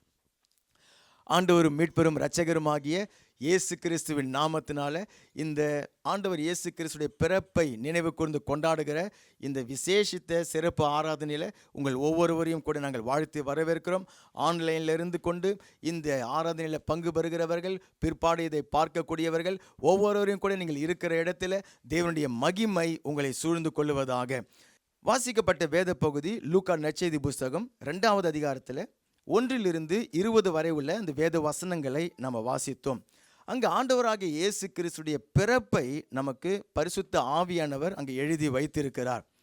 அது ஏதோ ஒரு காலத்தில் ஏதோ ஒரு தேசத்தில் ஒரு ராஜா பிறந்தார் அப்படின்னு சொல்லிட்டு ஒரு கதை சொல்லுகிற விதமாக அது அங்கே எழுதப்படாமல், எந்த காலகட்டத்தில் எந்த தேசத்தில் எந்த ராஜா தேசாதிபதியாக அவன் இருந்த பொழுது அப்படின்னு சொல்லி திட்டவட்டமாக அங்கே எழுதப்பட்டிருக்கிறது. அந்த காலகட்டத்தில் சரித்திரத்தில் நடந்த ஒரு சம்பவமும் எழுதப்பட்டிருக்கிறது. என்னன்னு சொன்னாக்கா, அந்த அகுஸ்து ராயனால் குடிமதிப்பு எழுதப்படும்படிக்கான அந்த கட்டளை பிறப்பிக்கப்பட்டது. உலகத்திலேயே முதல் முறையாக அந்த குடிமதிப்பு எழுதப்படக்கூடியது அப்பொழுதுதான் அது நடந்தது. உலகத்தினுடைய சரித்திரத்திலேயே முதலாவது நடந்த அந்த சம்பவம் இல்லையா, சென்சஸ் இன்னைக்கு எழுதுகிறோம் இல்லையா, ஒரு தேசத்தில் ஒரு பட்டணத்தில் எத்தனை பேர் இருக்கிறாங்க அப்படிங்கிறத எண்ணுகிறது தான் அது முதல் முறையாக அகுஸ்து ராயனால் ஆண்டவர் இயேசு கிறிஸ்துடைய பிறப்பை ஒட்டி நடந்த அந்த சம்பவங்களில் அது எழுதப்பட்டிருக்கிறது. ஆச்சரியமான ஒரு காரியம். அல்லேலூயா. அப்போ அவங்க தங்களுடைய சொந்த பட்டணங்களுக்கு போகிறாங்க, தங்களுடைய சொந்த கிராமங்களுக்கு, சொந்த ஊர்களுக்கு போகிறார்கள். இப்போ கலிலேயா நாட்டில் நாசரேத் என்ற ஊரில் யோசேப்புவுக்கு திருமணத்திற்காக நியமிக்கப்பட்டிருந்த மரியாளும் அங்கே தான் இருக்கிறாங்க. ஆனால் மரியாள் பரிசுத்த ஆவியானவரால் அவர்கள் கப்பம் தரித்திருக்கிறார்கள். ஆமேன். தேவனுடைய குமாரன் ஆண்டவராகிய இயேசு கிறிஸ்து கருவாக அவருடைய வயிற்றில் உருவாகி இருக்கிறார். ஆனால் இப்போ அந்த சென்சஸ் எழுத வேண்டும் என்கிறதுனால, குடிமதிப்பு எழுதப்பட வேண்டும் என்கிறதுனால அவங்க அந்த கலிலேயாவில் இருக்கிற நாசரேத்தை விட்டுட்டு இப்போ தாவீதின் ஊராகிய பெத்லகேமுக்கு அவர்கள் வருகிறார்கள். அதுதான் அவங்களுடைய சொந்த ஊர். அங்கே வந்த பொழுது தான் 6வது வசனத்தில் சொல்லப்பட்டிருக்கிறது, அந்த இடத்துல அவர்கள் இருக்கையில் அவளுக்கு பிரசவ காலம் நேரிட்டது. அவள் தன் முதல் பேரான குமாரனை பெற்று சத்திரத்திலே அவர்களுக்கு இடம் இல்லாதபடியினால் பிள்ளையை துணிகளிலே சுற்றி முன்னணியிலே கிடத்தினாள். ஆமேன். அவர்களுக்கு அங்கே இடம் இல்லாமல் போன பொழுது சத்திரத்தில் கூட இடம் கிடையாது. ஏன்னா அந்த ஊர் கிடையாது, அவங்க அந்த ஊருக்காரங்க தான். ஆனால் நாசரேத்தில் இருக்கிறாங்க. அந்த பெத்லகேமுக்கு வந்தபோது அவர்களுக்கு இடம் இல்லை. சத்திரத்தில் போய் இடம் இருக்கிறதான்னு சொல்லி பார்த்தபோது அங்கேயும் இடம் கிடைக்கல. இப்போது அங்கே மாட்டு கொட்டகையில் அவள் அந்த பிள்ளையை பெற்று துணிகளிலே சுற்றி முன்னணியிலே கிடத்தினாள் என்று சொல்லி, முன்னணை என்று சொல்லப்படுகிறது. மாடுகள் தவிடு அந்த தண்ணீர் கொடுக்கக்கூடிய ஒரு தொட்டியை தான் முன்னணி என்று சொல்லி சொல்லப்படுகிறது. இப்போ இந்த நற்செய்தியை மெய்ப்பர்களுக்கு அறிவிக்கும்படிக்காக வானத்தில் வானதூதன் அவன் தோன்றுகிறான். எவ்வளோ மகிமையான ஒரு காட்சி பாருங்க. ஆண்டவர் இயேசு கிறிஸ்துடைய பிறப்பே ஒரு அதிசயமானது, ஆச்சரியமானது. அதை சுற்றிலும் நடந்த ஒவ்வொரு சம்பவங்களும் அதிசயமானது. அவர் உங்களுடைய வாழ்க்கையில் அதிசயத்தை செய்ய வல்லவர். இன்றைக்கி வந்திருக்கிற உங்களுடைய வாழ்க்கையில் ஆச்சரியமான ஒரு காரியத்தை அவர் செய்வார். பிறந்தவர் மனுஷ குழந்தை தான். ஆனால் அந்த ஒரு குழந்தை பிறக்கிறதுக்காக எவ்வளவு காரியங்களை தேவன் ஒழுங்குபடுத்துகிறார் பாருங்க. 10வது வசனத்தை பாருங்க. அந்த தேவதூதன் அவர்களுக்கு முன்பாக தோன்றுகிறான். எத்தனை பேர் தேவதூதனை பார்த்திருக்கிறீங்க? அன்றைக்கு அந்த மேய்ப்பர்கள் பார்த்துருக்கிறாங்க பாருங்க. அவர்களை சுற்றிலும் மகிமையான அந்த ஒளி பிரகாசித்தது. இப்போ 10வது வசனத்தில் தேவதூதன் அவர்களை நோக்கி, பயப்படாமல் இருங்கள், இதோ எல்லா ஜனத்திற்கும் மிகுந்த சந்தோஷத்தை உண்டாக்கும் நற்செய்தியை உங்களுக்கு அறிவிக்கிறேன். இன்று கர்த்தராகிய கிறிஸ்து என்னும் இரட்சகர் உங்களுக்கு தாவீதின் ஊரிலே பிறந்திருக்கிறார். பிள்ளையை துணிகளிலே சுற்றி, சொல்லுங்க, துணியிலே சுற்றி, துணிகளிலே சுற்றி முன்னணியிலே கிடத்தி இருக்க காண்பீர்கள், இதுவே உங்களுக்கு அடையாளம் என்றான். அல்லேலூயா. இன்றைக்கு தேவன் தம்முடைய குமாரன் மூலியமாக நமக்கு கொடுக்கிற 3 மிக முக்கியமான பரிசு, கிஃப்ட், அதை குறித்து நம்ம தியானித்து அர்ப்பணித்து கொண்டு இங்கேருந்து சந்தோஷமாக நம்ம புறப்பட போகிறோம். தேவன் நமக்கு கொடுத்திருக்கிற மிக முக்கியமான அதி உன்னதமான பரிசு 3ஐ அவர் கொடுத்திருக்கிறார் தம்முடைய குமாரன் மூலியமாக. அல்லேலூயா. ஏசாயா புஸ்தகம் 9வது அதிகாரம் 6வது வசனத்தை நம்ம வாசிக்கும் பொழுது, நமக்கு ஒரு பாலகன் பிறந்தார், நமக்கு ஒரு குமாரன் கொடுக்கப்பட்டார். எங்கள் வீட்டில் ஒரு குழந்தை பிறந்தா அது என் குழந்தை, இது என் குடும்பத்து பிள்ளை, எனக்கு சொந்தம் அப்படின்னு சொல்லிட்டு சொல்லுவோம். ஆனால் அங்கே சொல்லப்பட்டிருக்கிறது நமக்கு ஒரு பாலகன் பிறந்தார் சொன்னால் என்ன அர்த்தம்? உலகத்தில் இருக்கிற அத்தனை ஜனங்களுக்காகவும் ஒரு பாலகன் பிறந்திருக்கிறார். அல்லேலூயா. பாலகன் சொன்னா மனுஷ குழந்தை அங்கே பிறந்திருக்கிறது. அது ஏதோ ஒரு குடும்பத்துக்கு சொந்தமான குழந்தை கிடையாது, மாறாக உலகத்தினுடைய முழு ஜனங்களுக்காகவும் ஒரு பாலகன் பிறந்திருக்கிறார் சொல்லிட்டு ஒரு குமாரன் நமக்கு கொடுக்கப்பட்டிருக்கிறார். நமக்கு ஒரு குமாரன் கொடுக்கப்பட்டிருக்கிறார். பிறந்தது என்னமோ பாலகன் தான், ஆனால் அதன் மூலியமாக தேவன் தம்முடைய குமாரனை நமக்காக கொடுத்திருக்கிறார். குமாரன் சொல்லும் பொழுது தேவனுடைய குமாரன், அவர்தான் தேவன். தேவனுடைய குமாரன் பிறக்க முடியாது, தேவனுடைய குமாரன் மரிக்க முடியாது. அவர் பிறப்பதற்காகவும் மரிப்பதற்காகவும் தான் மனுஷ சரீரத்தில் அவர் வந்தார். ஒரு பாலகன் நமக்காக பிறந்திருக்கிறார், நமக்கு குமாரன் கொடுக்கப்பட்டிருக்கிறார். பிறந்திருக்கிற அந்த மனுஷ குழந்தைக்குள்ளாக தேவனுடைய குமாரனையே தேவன் நமக்காக அவர் கொடுத்து இருக்கிறார். மத்தேயு 1 வசனத்தை வாசித்து பார்க்கும் பொழுது, இதோ ஒரு கன்னிகை கர்ப்பவதியாகி, சொன்ன இல்லையா, எல்லாமே அதிசயம்தான். ஆண்டவர் இயேசு கிறிஸ்துடைய வாழ்க்கையில் எல்லாமே அற்புதமானது தான். எனக்கு அவர் தான் அந்த அற்புதர், அவர் தான் அந்த அதிசயமானவர். ஒரு கன்னிகை கர்ப்பவதியாக ஆகவே முடியாது, ஆனால் ஒரு கன்னிகை கர்ப்பவதியாக ஆகி ஒரு குமாரனை பெறுவாள், அவருக்கு இம்மானுவேல் என்று பெயரிடுவார்கள் என்று சொன்னான். இம்மானுவேல் என்பதற்கு தேவன் நம்மோடு இருக்கிறார் என்று அர்த்தமாம். நாசரேத் ஊராகிய இயேசு இந்த பூமியில் வந்து அவர் பிறந்து அவர் நடந்த பொழுது அவருக்குள்ளாக தேவனே தாம் சிருஷ்டித்த அந்த பூமியில் வந்து அவர் நடந்தார். எவ்வளோ ஆச்சரியமான காரியம் பாருங்க. மனுஷனை சிருஷ்டித்தவர் அவர்தான். அந்த மனுஷியுடைய கருவுக்குள்ளாக அந்த தேவாதி தேவன், வானங்கள் கொள்ளாத அந்த தேவன் தன்னையே ஒரு கருவாக அடக்கி அந்த பெண்ணுக்குள்ளாக அவர் வந்தார். மாத்திரம் கிடையாது, அவர் பிறந்து இந்த வானத்தையும் பூமியும் உண்டாக்கினவர் தேவனாகிய கர்த்தர், ஆண்டவராகிய இயேசு கிறிஸ்து. அவர் தான் சிருஷ்டி கர்த்தர்.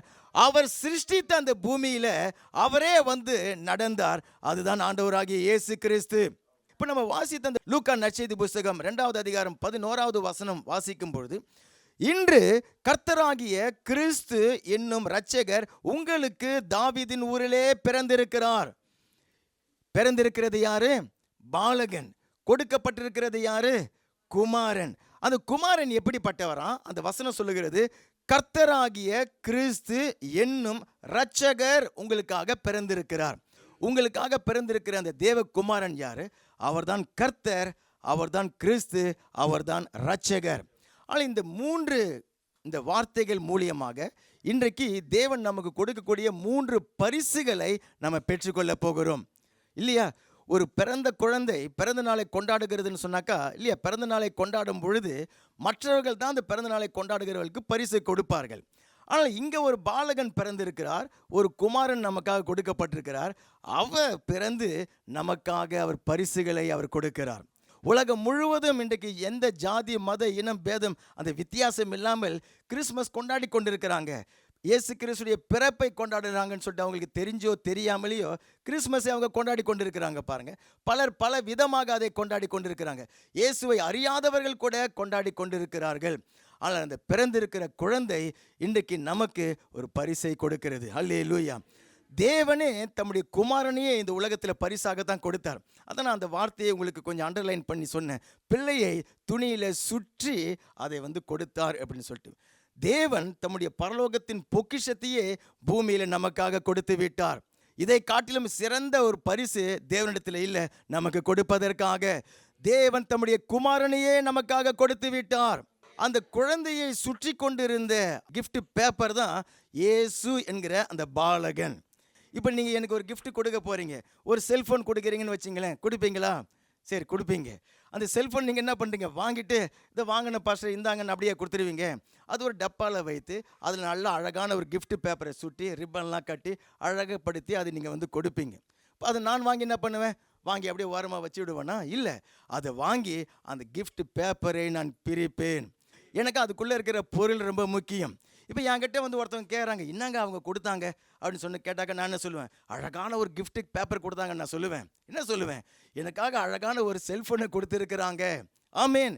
எனக்கு அதுதான் முக்கியமான பொருள்.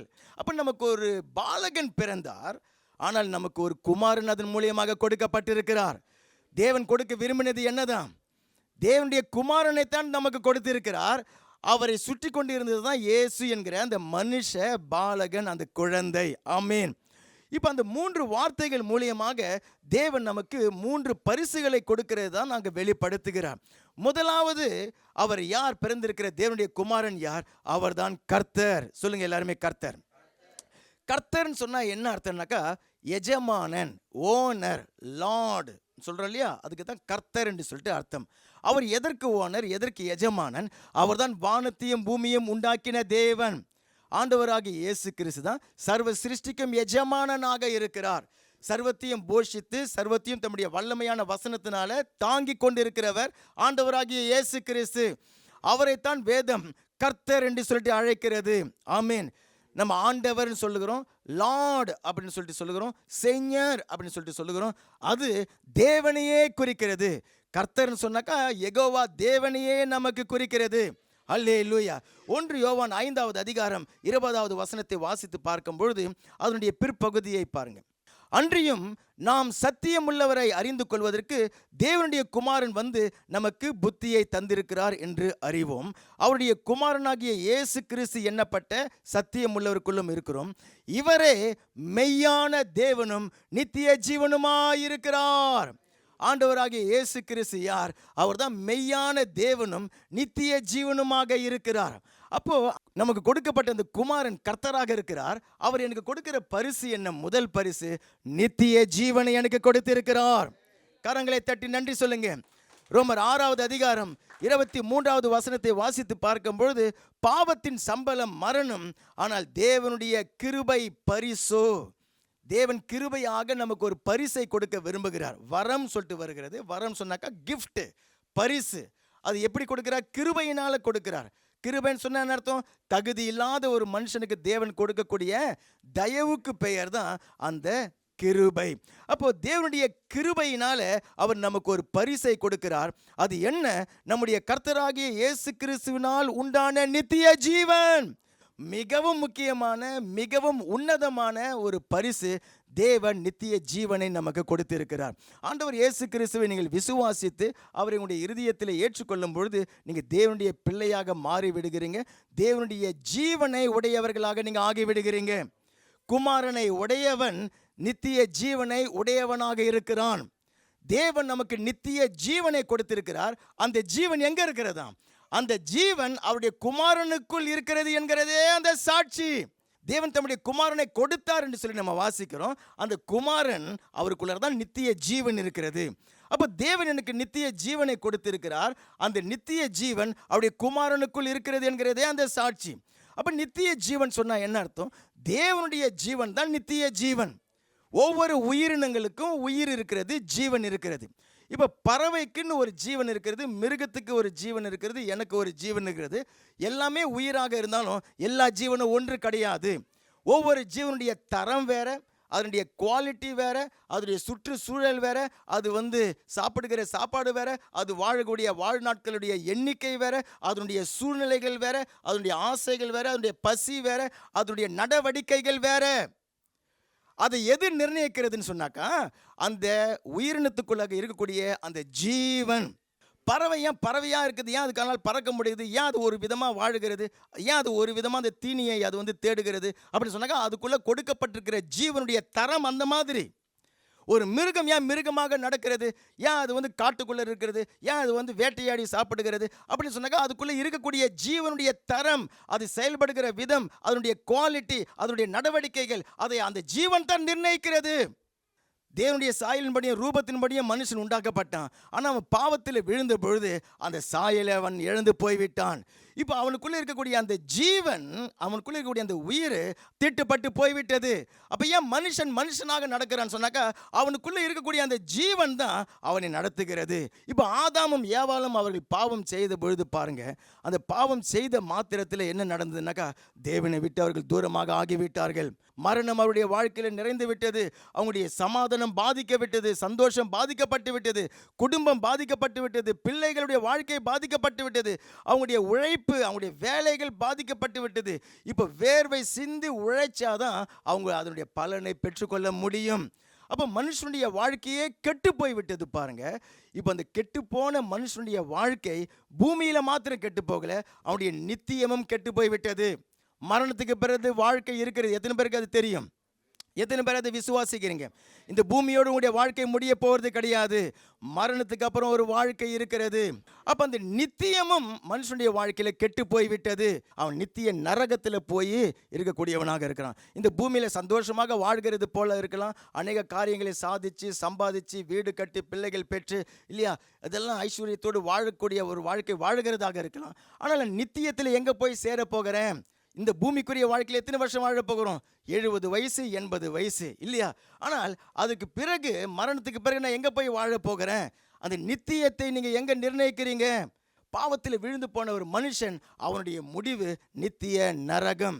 அதான் நம்ம வாசித்தோம், பாவத்தின் சம்பளம் மரணம், ஆனால் தேவனுடைய கிருபை பரிசோ நம்முடைய கர்த்தராகிய இயேசு கிறிஸ்துவின் மூலியமாக உண்டாயிருக்கக்கூடிய நித்திய ஜீவன். யோவான் 3வது அதிகாரம் 16வது வசனத்தை வாசிக்கும் பொழுது, தேவன் தம்முடைய ஒரே பேரான குமாரனை விசுவாசிக்கிறவன் எவனோ அவன் கெட்டு போகாமல் நித்திய ஜீவனை அடையும்படிக்கு அவரையே கொடுத்தார், அவரையே நமக்காக தந்தளினார், இவ்வளவாய் உலகத்திலே அன்பு கூர்ந்தார். தேவன் தம்முடைய குமாரனையே நமக்காக கொடுத்திருக்கிறார். எதற்காக? பாவத்தினால் கெட்டுப்போன மனுஷன் அழிந்து போய்விடக்கூடாதுங்கிறதுக்காக தம்முடைய குமாரனையே நமக்காக கொடுத்திருக்கிறார். அந்த குமாரன் நமக்கு என்ன பரிசை கொடுக்கிறார்? அதுதான் நித்திய ஜீவன். அது தேவனுடைய ஜீவன். தேவனை என்ன ஜீவன் உயிரூட்டுகிறது? தேவனை தேவனாக இருக்க பண்ணுகிறது எது? தேவனுடைய குணாதிசயங்கள் இருக்கிறது இல்லையா? அவர் அன்பானவர், அவர் வல்லமை உடையவர், அவர் பரிசுத்தம் உள்ள தேவன், அவர் மனதுருக்கம் உள்ளவர். அவரை அப்படியாக இருக்க பண்ணுகிறது எதுனாக்கா அவருடைய ஜீவன்.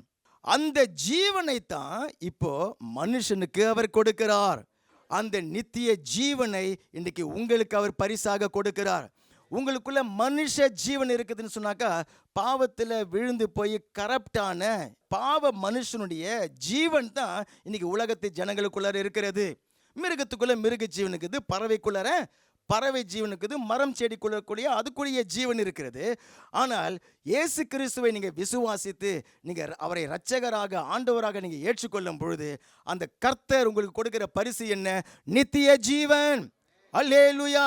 ஏன் அந்த நித்திய ஜீவன் முக்கியம் அப்படின்னு சொன்னாக்கா, உங்களுடைய வாழ்க்கையினுடைய தரத்தை அவர் மாற்றி விடுகிறார். தேவன் தரமிக்க வாழ்க்கையை வாழும்படிக்காக அந்த நித்திய ஜீவன் உங்களை பண்ணி விடுகிறது.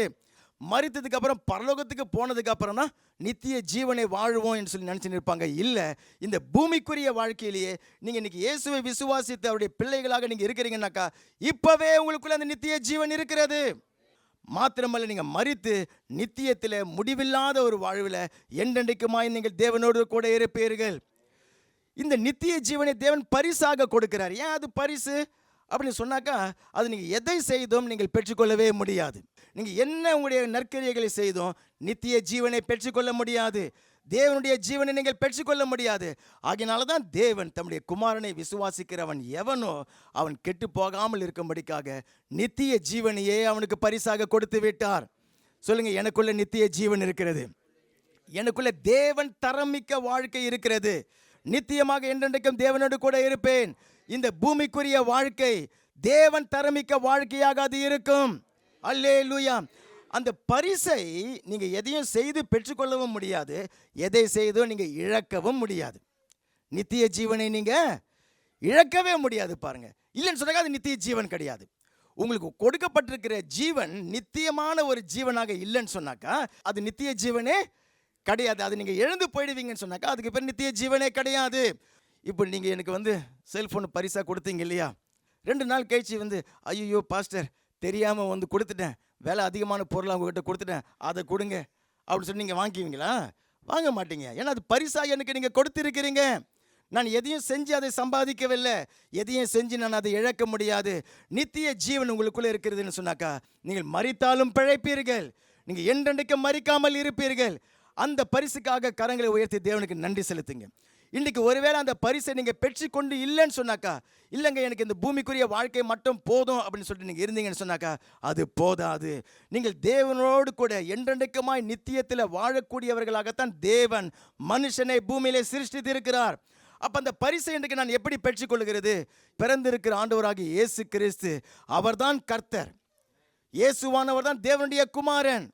இயேசு கிறிஸ்துவை நீங்களுடைய இருதயத்தில் நீங்கள் ஏற்றுக்கொள்ளும் பொழுது நீங்கள் தேவனுடைய பிள்ளைகளாக நீங்கள் பிறந்து விடுவீங்க. அல்லேலூயா. கரங்களை தட்டி கர்த்தருக்கு நாம் நன்றி செலுத்தலாம். ரெண்டாவதாக அங்கே சொல்லப்பட்டிருக்கிற வார்த்தை என்ன? லூக்கா 2வது அதிகாரத்தில் 11வது வசனத்தில் பிறந்திருக்கிற தேவனுடைய குமாரன் எப்படிப்பட்டவராக அவர் இருக்கிறாராம்? ஏன்னா இரட்சகர் நமக்கு பிறந்திருக்கிறார். பிறந்திருக்கிற தேவனுடைய குமாரன் யாரு சொல்லுங்க? இரட்சகர். ஏதோ ஒரு மனுஷனுக்காகவா? கிறிஸ்தவர்களுக்காகவா? இல்லை வேற யாருக்காகவா? இல்லை, நமக்கு பிறந்திருக்கிற பாலகன், நமக்கு கொடுக்கப்பட்டிருக்கிற குமாரன். அவர் யாரு? அவர் இரட்சகர். அவர் தான் உலகத்தின் இரட்சகர். இரட்சகர்னு சொன்னால் என்ன அர்த்தம்? உங்களுடைய டாக்டர் கூட ஒரு இரட்சகர் தான். உங்களுக்கு கடன் கொடுக்கிற பேங்க்கு கூட ஒரு இரட்சகர் தான்.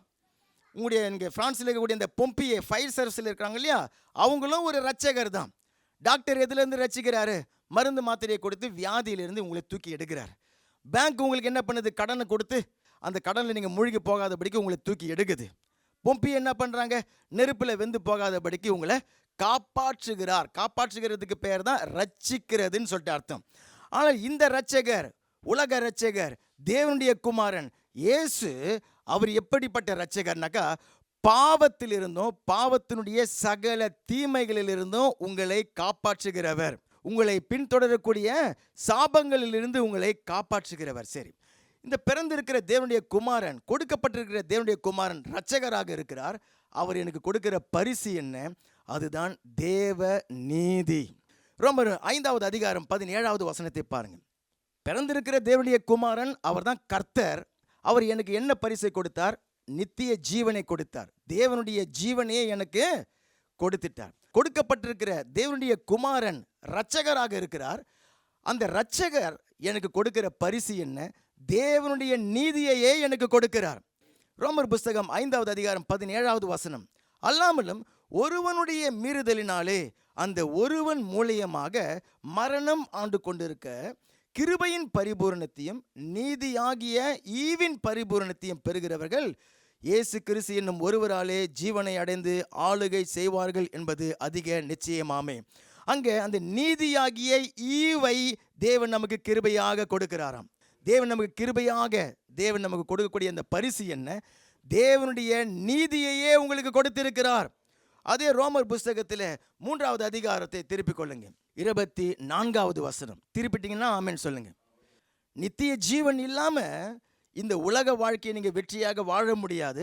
நித்திய ஜீவன் இல்லாமல் மரணத்தை உங்களால் ஜெயிக்க முடியாது. மரண பயத்தினால பிடிக்கப்பட்டு இந்த பூமியிலேயே செத்து மடியக்கூடிய வாழ்க்கையை தான் மனுஷர்கள் வாழ்கிறார்கள். அந்த வாழ்க்கையில் நீங்கள் எவ்வளோ வேணாலும் படிச்சிருக்கலாம், எவ்வளோ வேணாலும் சம்பாதிச்சிருக்கலாம், எவ்வளோ பெரிய ஐஸ்வர்யவானாக இருக்கலாம், ஏன் நீங்கள் நல்லவர்களாக கூட இருக்கலாங்க. ஆனால் உங்களால் மரணத்தை ஜெயிக்க முடியாது. ஒவ்வொரு மனுஷனுக்கும் பாவத்தினுடைய விளைவு மரணம், பாவத்தின் சம்பளம் மரணம். அதே போல் தேவன் நமக்கு கொடுத்திருக்கிற 2வது பரிசு என்ன? அவருடைய நீதியையே நமக்கு கொடுத்திருக்கிறார். அதுவும் ரொம்ப மிகவும் முக்கியமான அதி உன்னதமான ஒரு பரிசு. அதை வாசிக்கலாம். 3:24. இலவசமாய் அவருடைய கிருபையினாலே கிறிஸ்து இயேசுவில் உள்ள மீட்பை கொண்டு நீதிமான்கள் ஆக்கப்படுகிறார்கள். இதுவும் எப்படிப்பட்டதானா? ஃப்ரீ தான். இந்த கிஃப்டினாலே ஃப்ரீ தான். பரிசை யாராவது காசு கொடுத்து வாங்குறீங்களா? இல்லை. பரிசுன்னு சொன்னாலே இலவசமாக கொடுக்கிறது. ஏன் அப்படின்னு சொன்னாக்கா, அதை நீங்கள் எதை செய்தும் வாங்க முடியாது. இலவசமாக தேவன் தம்முடைய கிருபையினால இயேசு கிறிஸ்து உங்களுக்காக ரத்தம் சிந்தி மரிச்சதுனால இன்றைக்கு தேவன் அவரை விசுவாசிக்கிறவர்களுக்கு கொடுக்கிற அந்த பரிசு என்ன? நீதியாகிய ஈவு. உங்களை அவர் நீதிமானாக ஆக்கியிருக்கிறார். நீதிமான் சொன்னால் என்ன அர்த்தம்? ஏன் எனக்கு நீதிமானாக ஆக்கப்பட வேண்டியது அவசியம் அப்படி சொன்னாக்கா, ஆதாம ஏவாளை தேவன் சிருஷ்டித்த பொழுது தேவன் எதற்காக அவருடைய சாயலில் சிருஷ்டித்தாரு? ஏன் தம்முடைய சாயலின்படி தன்னுடைய ரூபத்தின்படி சிருஷ்டித்தார்னு சொன்னாக்கா, ஒவ்வொரு நாளும் வந்து அவர்களோடு கூட அவர் உலாவுவதற்காக, அவரோடு கூட ஐக்கியம் வைத்துக் கொள்வதற்காக, அவருடைய கரங்களை பிடித்து நடக்கும்படிக்காக. ஹல்லேலூயா. அதாவது தன்னை போல தன்னுடைய இனம், அதே ரகம், அதே ஜாதி, ஆமென், அப்படிதான் மனுஷனை அவர் உண்டாக்குகிறார். ஆதாமுக்குள்ள நித்திய ஜீவன் இல்லை, நான் உங்களுக்கு சொல்லியிருந்தேன். ஆனால் நித்திய ஜீவனை அடையக்கூடிய பாக்கியமுடையவனாகத்தான் அந்த ஏதேன் தோட்டத்தில் வச்சிருந்தார். ஆதாம் மரிக்கவே முடியாதவனாக அவனை உண்டாக்கல, மரிக்காதவனாகத்தான் அவனை சிருஷ்டித்தார். ஆனால் அவன் மரிக்க வாய்ப்பு இருந்தது, ஆனால் தான் அவன் வந்து பாவம் செய்து மரித்தான். ஆனால் எதற்காக தம்முடைய சாயலின்படி ரூபத்தின்படியும் உண்டாக்கினார் சொன்னாக்கா, ஒவ்வொரு நாளும் தேவன் வந்து அவனோடு கூட ஐக்கியம் வைத்துக் கொள்கிறார், அவனோடு கூட நடக்கிறார், அவனோடு கூட பேசுகிறார். ஒரு தகப்பன் ஒரு பிள்ளை என்கிறது போல தேவனோடு கூட பாருங்க, சிருஷ்டிக்கப்பட்ட ஒரு மனுஷன் தேவனோடு கூட தைரியமாக ஒரு அன்பின் உறவில் கரம் பிடித்து கொண்டு நடக்கிறான். அதற்காக தான் தேவன் அவனை சிருஷ்டித்தார். இப்போ அவன் பாவம் செய்த மாத்திரத்தில் ஆதாமுக்குள்ள ஏற்பட்ட அந்த விளைவுகள் என்ன? ஒரு விளைவுகள் முதல் காரியத்தில் நம்ம பார்த்தோம், அந்த சாபங்கள்லாம் வந்து விட்டது. ஆனால் ஆதாம் பாவம் செய்த மாத்திரத்தில் அவனுக்குள்ளார அவன் நிர்வாணியாக இருக்கிறான் அப்படிங்கிறத அவன் கண்டுபிடிக்கிறான். நிர்வாணியாக இருக்கிறான் அப்படின்னு சொல்லிட்டு அவனுக்குள்ளார அவன் பயந்ததுனால மரத்துக்கு பின்னாடி போட்டு அவன் ஓடி ஒளிந்து கொண்டான். ஏன்னா தேவன் வருகிற சத்தம் கேட்கிறது. இவ்வளோ நாள் என்ன பண்ணுவான்? தேவன் வந்தாக்கா ஓடி போய் அவரோடு கூட கரம் கோத்து கொண்டு அந்த தோட்டத்தில் தகப்பனும் மகனுமாக அப்படி உலாவுவார்கள். இன்றைக்கி அந்த சத்தம் கேட்ட மாத்திரத்தில் தான் பாவம் செய்து நிர்வாணியாக ஆகிட்டேன். நிர்வாணின்னு சொன்ன என்ன அர்த்தம்? அவருக்கு முன்னாடி வந்து நிற்க தன்னை தகுதி இல்லாதவனாக அவனே பார்க்குறான். அதுக்கு தான் அந்த நிர்வாணி அப்படின்னு சொல்லிட்டு அந்த வார்த்தையை வேதம் நமக்கு சொல்லுகிறது. அதனுடைய விளைவாக அவனுக்குள்ள பயம் வந்து விட்டது. அதனுடைய விளைவாக அவன் ஓடி ஒளியக்கூடிய மனுஷன் பாவம் செய்த மாத்திரத்தில் தேவனை தான் தேடவும், தேவனிடத்திலிருந்து ஆசீர்வாதத்தை பெற்றுக்கொள்ளவும், அவரோடு கூட ஒரு நெருங்கிய ஒரு ஐக்கியம் வைத்து கொள்ளவும் தான் தகுதி இல்லாதவன் அப்படிங்கிறத அவன் கண்டுபிடிச்சிட்டான். அதனுடைய விளைவினால திகிலும் பயமும் கவலையும் குற்றப்பழி உணர்வும் அவனுடைய இருதயத்தில் வந்துவிட்டது. அதனால தான் இன்றைக்கி ஜனங்கள் தேவனை தேட முடியாதவர்களாக ஓடி ஒளியக்கூடிய வாழ்க்கையை வாழ்ந்து கொண்டிருக்கிறாங்க. இப்போ தேவன் உள்ளார வருகிறார். தோட்டத்துக்குள்ளார வந்து, ஆதாமே நீ எங்கே இருக்கிற அப்படின்னு சொல்லிட்டு அவன் சொல்கிறான், ஆண்டவரே நான் நிர்வாணியாக இருக்கிறதுனால உமக்கு பயந்து இந்த மரத்துக்கு பின்னாடி போயிட்டு நான் ஒளிந்து கொண்டிருக்கிறேன். இப்போ தேவன் என்ன கேட்டார்? நீ நிர்வாணியாக இருக்கிறேன்னு சொல்லிட்டு உனக்கு எப்படி தெரியும்னு சொல்லிட்டு கேட்டாரா? எடுத்து வாசித்து பாருங்க, 3வது அதிகாரம் 11வது வசனம். அப்பொழுது அவர், நீ நிர்வாணி என்று உனக்கு சொன்னவன் யார்? யார் சொன்னது? அப்போ அவன் நிர்வாணியாக இருக்கிறேன்னு சொல்லிட்டு அவனுக்கு யார் சொன்னது? பிசாசு தான் சொன்னான். பிசாசு என்ன பண்ணுவான்னாக்கா, உங்களுக்கு பாவ சோதனைகளை கொடுத்து பாவத்தில் உங்களை விழச் செய்து விட்டு நீங்கள் பாவம் செய்த மாத்திரத்தில் அவன் வந்து சொல்லுவான், நீ நிர்வாணி, நீ பாவத்தை செஞ்சுட்ட, நீ தேவனுக்கு முன்பாக நிற்க முடியாது, நீங்கள் தகுதி கிடையாது, நீலாம் ஜெபித்தாக்க தேவன் கேட்க மாட்டார், தேவன் உன் மேலே கோபமாக இருக்கிறார், அவருடைய தண்டனையை தான் நீ பெற்றுக்கொள்ள நீ தகுதியானவன் இப்படின்னு சொல்லிட்டு யார் சொல்லுகிறதுன்னு சொன்னாக்கா பிசாசு வந்து அவன் சொல்லுவான். அது தேவன் கேட்குறாரு, உனக்கு எப்படி தெரியும்னு சொல்லிட்டு கேட்காம உனக்கு யார் சொன்னது அப்படின்னு சொல்லிட்டு. அல்லேலூயா. இன்றைக்கு தம்முடைய பரிசுத்த ஆவியினரை கொண்டு ஊழியக்காரர்களை கொண்டு சொல்லி தேவன் சொல்கிறாரு, நீங்கள் நீதிமான்களாக இருக்கிறீங்க, சொல்லப்பட வேண்டும் பாருங்க. ஆமேன். எனக்கு அன்றைக்கி சாத்தான் சொன்னதை அவன் வந்து நம்பிட்டு அதை தான் அவன் விசுவாசித்தான். அவனுடைய வாழ்க்கையே அந்த மாதிரி ஆகிவிட்டது. இன்றைக்கு தேவன் தம்முடைய ஊழியக்காரர்களை கொண்டு பரிசுத்த ஆவியினரை கொண்டு தம்முடைய குமாரனை விசுவாசிக்கிறவர்களை பார்த்து சொல்கிறாரு, நீங்கள் நீதிமான்களாக இருக்கிறீர்கள். அல்லேலூயா. நீங்கள் இயேசு கிறிஸ்துவை விசுவாசித்து தேவன் உங்களை நீதிமான்களாக ஆக்கி விட்ட மாத்திரத்தில் உங்களுக்குள்ள பல மாற்றங்கள் உண்டாகிவிடும். உங்களுடைய இருதயத்தில் உங்களுடைய வாழ்க்கையில் பல மாற்றங்கள் உடனடியாக நடந்துவிடும். என்னன்னு சொன்னாக்கா, முன்னாடி பாவியாக இருந்த நான் என்னுடைய பாவத்தை எல்லாம் தேவன் மன்னித்து விடுகிறார். என் மேலே தேவன் கோபமாக இல்லை. இப்போ என் தேவன் ஒரு தகப்பன் தன்னுடைய பிள்ளையை அன்பு செய்கிறது போல என்னை அவர் அன்பு செய்கிறார். இப்போ நான் தேவனை தேடுவதற்கு எனக்கு எந்த ஒரு பயமும் இல்லை, ஒரு தடையும் இல்லை, ஒரு குற்றப்பழி உணர்வும் இல்லை. நான் விசுவாசத்தோடு தைரியத்தோடு அவருடைய கிருபாசன தண்டையில் நான் வர முடியும். அப்படி அவரை தேடி நான் வரும்பொழுது என்னுடைய சுயநீதினால் நான் வர வேண்டிய அவசியம் இல்லை, என்னுடைய நற்கிரியைகளின் அடிப்படையில் நான் வர வேண்டியது அவசியம் இல்லை. என்னை அவர் நீதிமானாக மாற்றிவிட்டார். மாத்திரம் கிடையாது, நான் ஏதோ செஞ்சு அதை நான் இழக்க போகிறதும் கிடையாது. ஆமேன். இந்த பரிசையை நீங்கள் இழக்கவே முடியாது. பாருங்க, நீங்கள் எந்த காரியத்தை நீங்கள் செய்துட்டு வந்து நின்றாலும் அந்த நேரத்திலே நீங்கள் நீதிமான்களாக இருக்கிறீர்கள். நான் பாவம் செஞ்சிட்டேன், நான் தேவனுக்கு விரோதமாக தவறு செய்துட்டேன், அந்த பாவத்துக்காக நான் மனம் வருந்துகிறேன், தேவனை நோக்கி மன்னிப்பை கேட்கிறேன், அப்படி குமாரன் இயேசுடைய ரத்தத்தினால் கழுவும்படிக்கு கேட்கிறேன். ஆனால் அந்த நேரத்தில் கூட நீங்கள் அவருடைய பார்வையில் நீதிமான்களாக இருக்கிறீர்கள். ஏன்னு சொன்னாக்கா அதை தேவன் உங்களுக்கு பரிசாக கொடுத்திருக்கிறார். கொடுத்த பரிசாவை வாங்க மாட்டார். தம்முடைய குமாரன் நமக்கு கொடுத்தார். அந்த குமாரன் உங்களுக்காக கல்வாரி சிலுவையில் ரத்தம் சிந்தி அவர் மரித்து நீதியை சம்பாதித்திருக்கிறார். அந்த நீதியை தான் உங்களுக்கு பரிசாக அவர் கொடுத்திருக்கிறார். கரங்களை பலமாய் தட்டுங்க. அப்போ உங்களுடைய மனதில் ஒரு பெரிய மாற்றங்கள் உண்டாகிவிடும். நீங்கள் பரிசுத்தர்களாக உங்களை நீங்கள் பார்ப்பீங்க. நீங்கள் குற்றமற்றவர்களாக நீங்கள் உங்களை பார்ப்பீங்க. கண்டிக்கப்படாதவர்கள் நீங்கள். தேவன் என் மேலே சாபத்தை கொடுக்கறதுக்கும் காலை உடைக்கிறதுக்கும் கண்ணை நோண்டிடுவார், காலை உடைச்சிடுவார், இந்த பயத்தில் நீங்கள் இருக்க மாட்டீர்கள். தேவனுடைய அன்பு உங்கள் மேலே இருக்கிறது. அவருடைய அன்பின் நிமித்தம் தான் உங்களை அவர் நீதிமான்களாக ஆக்கியிருக்கிறார். ஆமேன். இப்போ நீங்கள் நீதிமானாக ஆகிவிட்டபடினால இப்போ உங்களுடைய சிந்தனைகள் எல்லாம் நீங்கள் சரியாக நீங்கள் சிந்திக்கிறவர்களாக ஆகிடுவீங்க. நீங்கள் எடுக்கிற தீர்மானங்கள் எல்லாம் சரியாக நீங்கள் எடுப்பீர்கள். எனக்கு நீங்கள் நீதிமானாக இருக்கிறீங்க. இப்போது ஒரு ஆளை நீங்கள் எடுத்து வச்சு நீ பாவி நீ ஒன்றத்துக்கும் லாய்க்கு கிடையாது இல்லையா, நீ மாடு மேய்க்க தான் லாய்க்கு, உனக்கு என்ன இந்த பாவம் புதுசா, நீ எப்பொழுதும் சேர்க்கறது தானே, நீ உனக்கு இதுவே உனக்கு தொழில் அப்படின்னு சொல்லியிருந்தாக்கா அவன் என்ன நினைப்பான், அடப்போ இல்லையா, கழுத்து வரைக்கும் முழுகிடுச்சு, முழுசாவே முழுகிட்டு போகிறான் போ அப்படின்னு சொல்லிட்டு அவனை பாவின்னு சொன்னாக்கா அவன் பாவத்தை தான் போய் செய்ய போவான். ஆனால் தேவன் இன்றைக்கு தம்முடைய குமாரன் மூலியமாக நமக்கு ஒரு பரிசை கொடுக்கிறார். மிக முக்கியமான உன்னதமான பரிசை கொடுக்கிறார். நீங்கள் நீதிமான்களாக இருக்கிறீர்கள். எப்படிப்பட்ட நீதினாக்கா தேவனுடைய நீதியையே உங்களுக்கு அவர் கொடுத்திருக்கிறார். தேவனுடைய நீதி எவ்வளோ ஸ்டாண்டர்ட் இல்லையா, அவர் எவ்வளோ சரியானவர், தேவன் எதை தப்பாக எதாவது செஞ்சிருவாரா, அந்த நீதியையே உங்களுக்கு அவர் கொடுத்து விட்டார். இப்போ இந்த நீதியை நீங்கள் எதை செய்தும் நீங்கள் அதிகமாக்க முடியாது. இந்த நீதியை நீங்கள் எதை செய்தும் நீங்கள் குறைத்து போட்டு விட முடியாது, இழந்து விட முடியாது. ஏன்னு சொன்னாக்கா தேவன் அதை உங்களுக்கு பரிசாக கொடுத்து விட்டார்.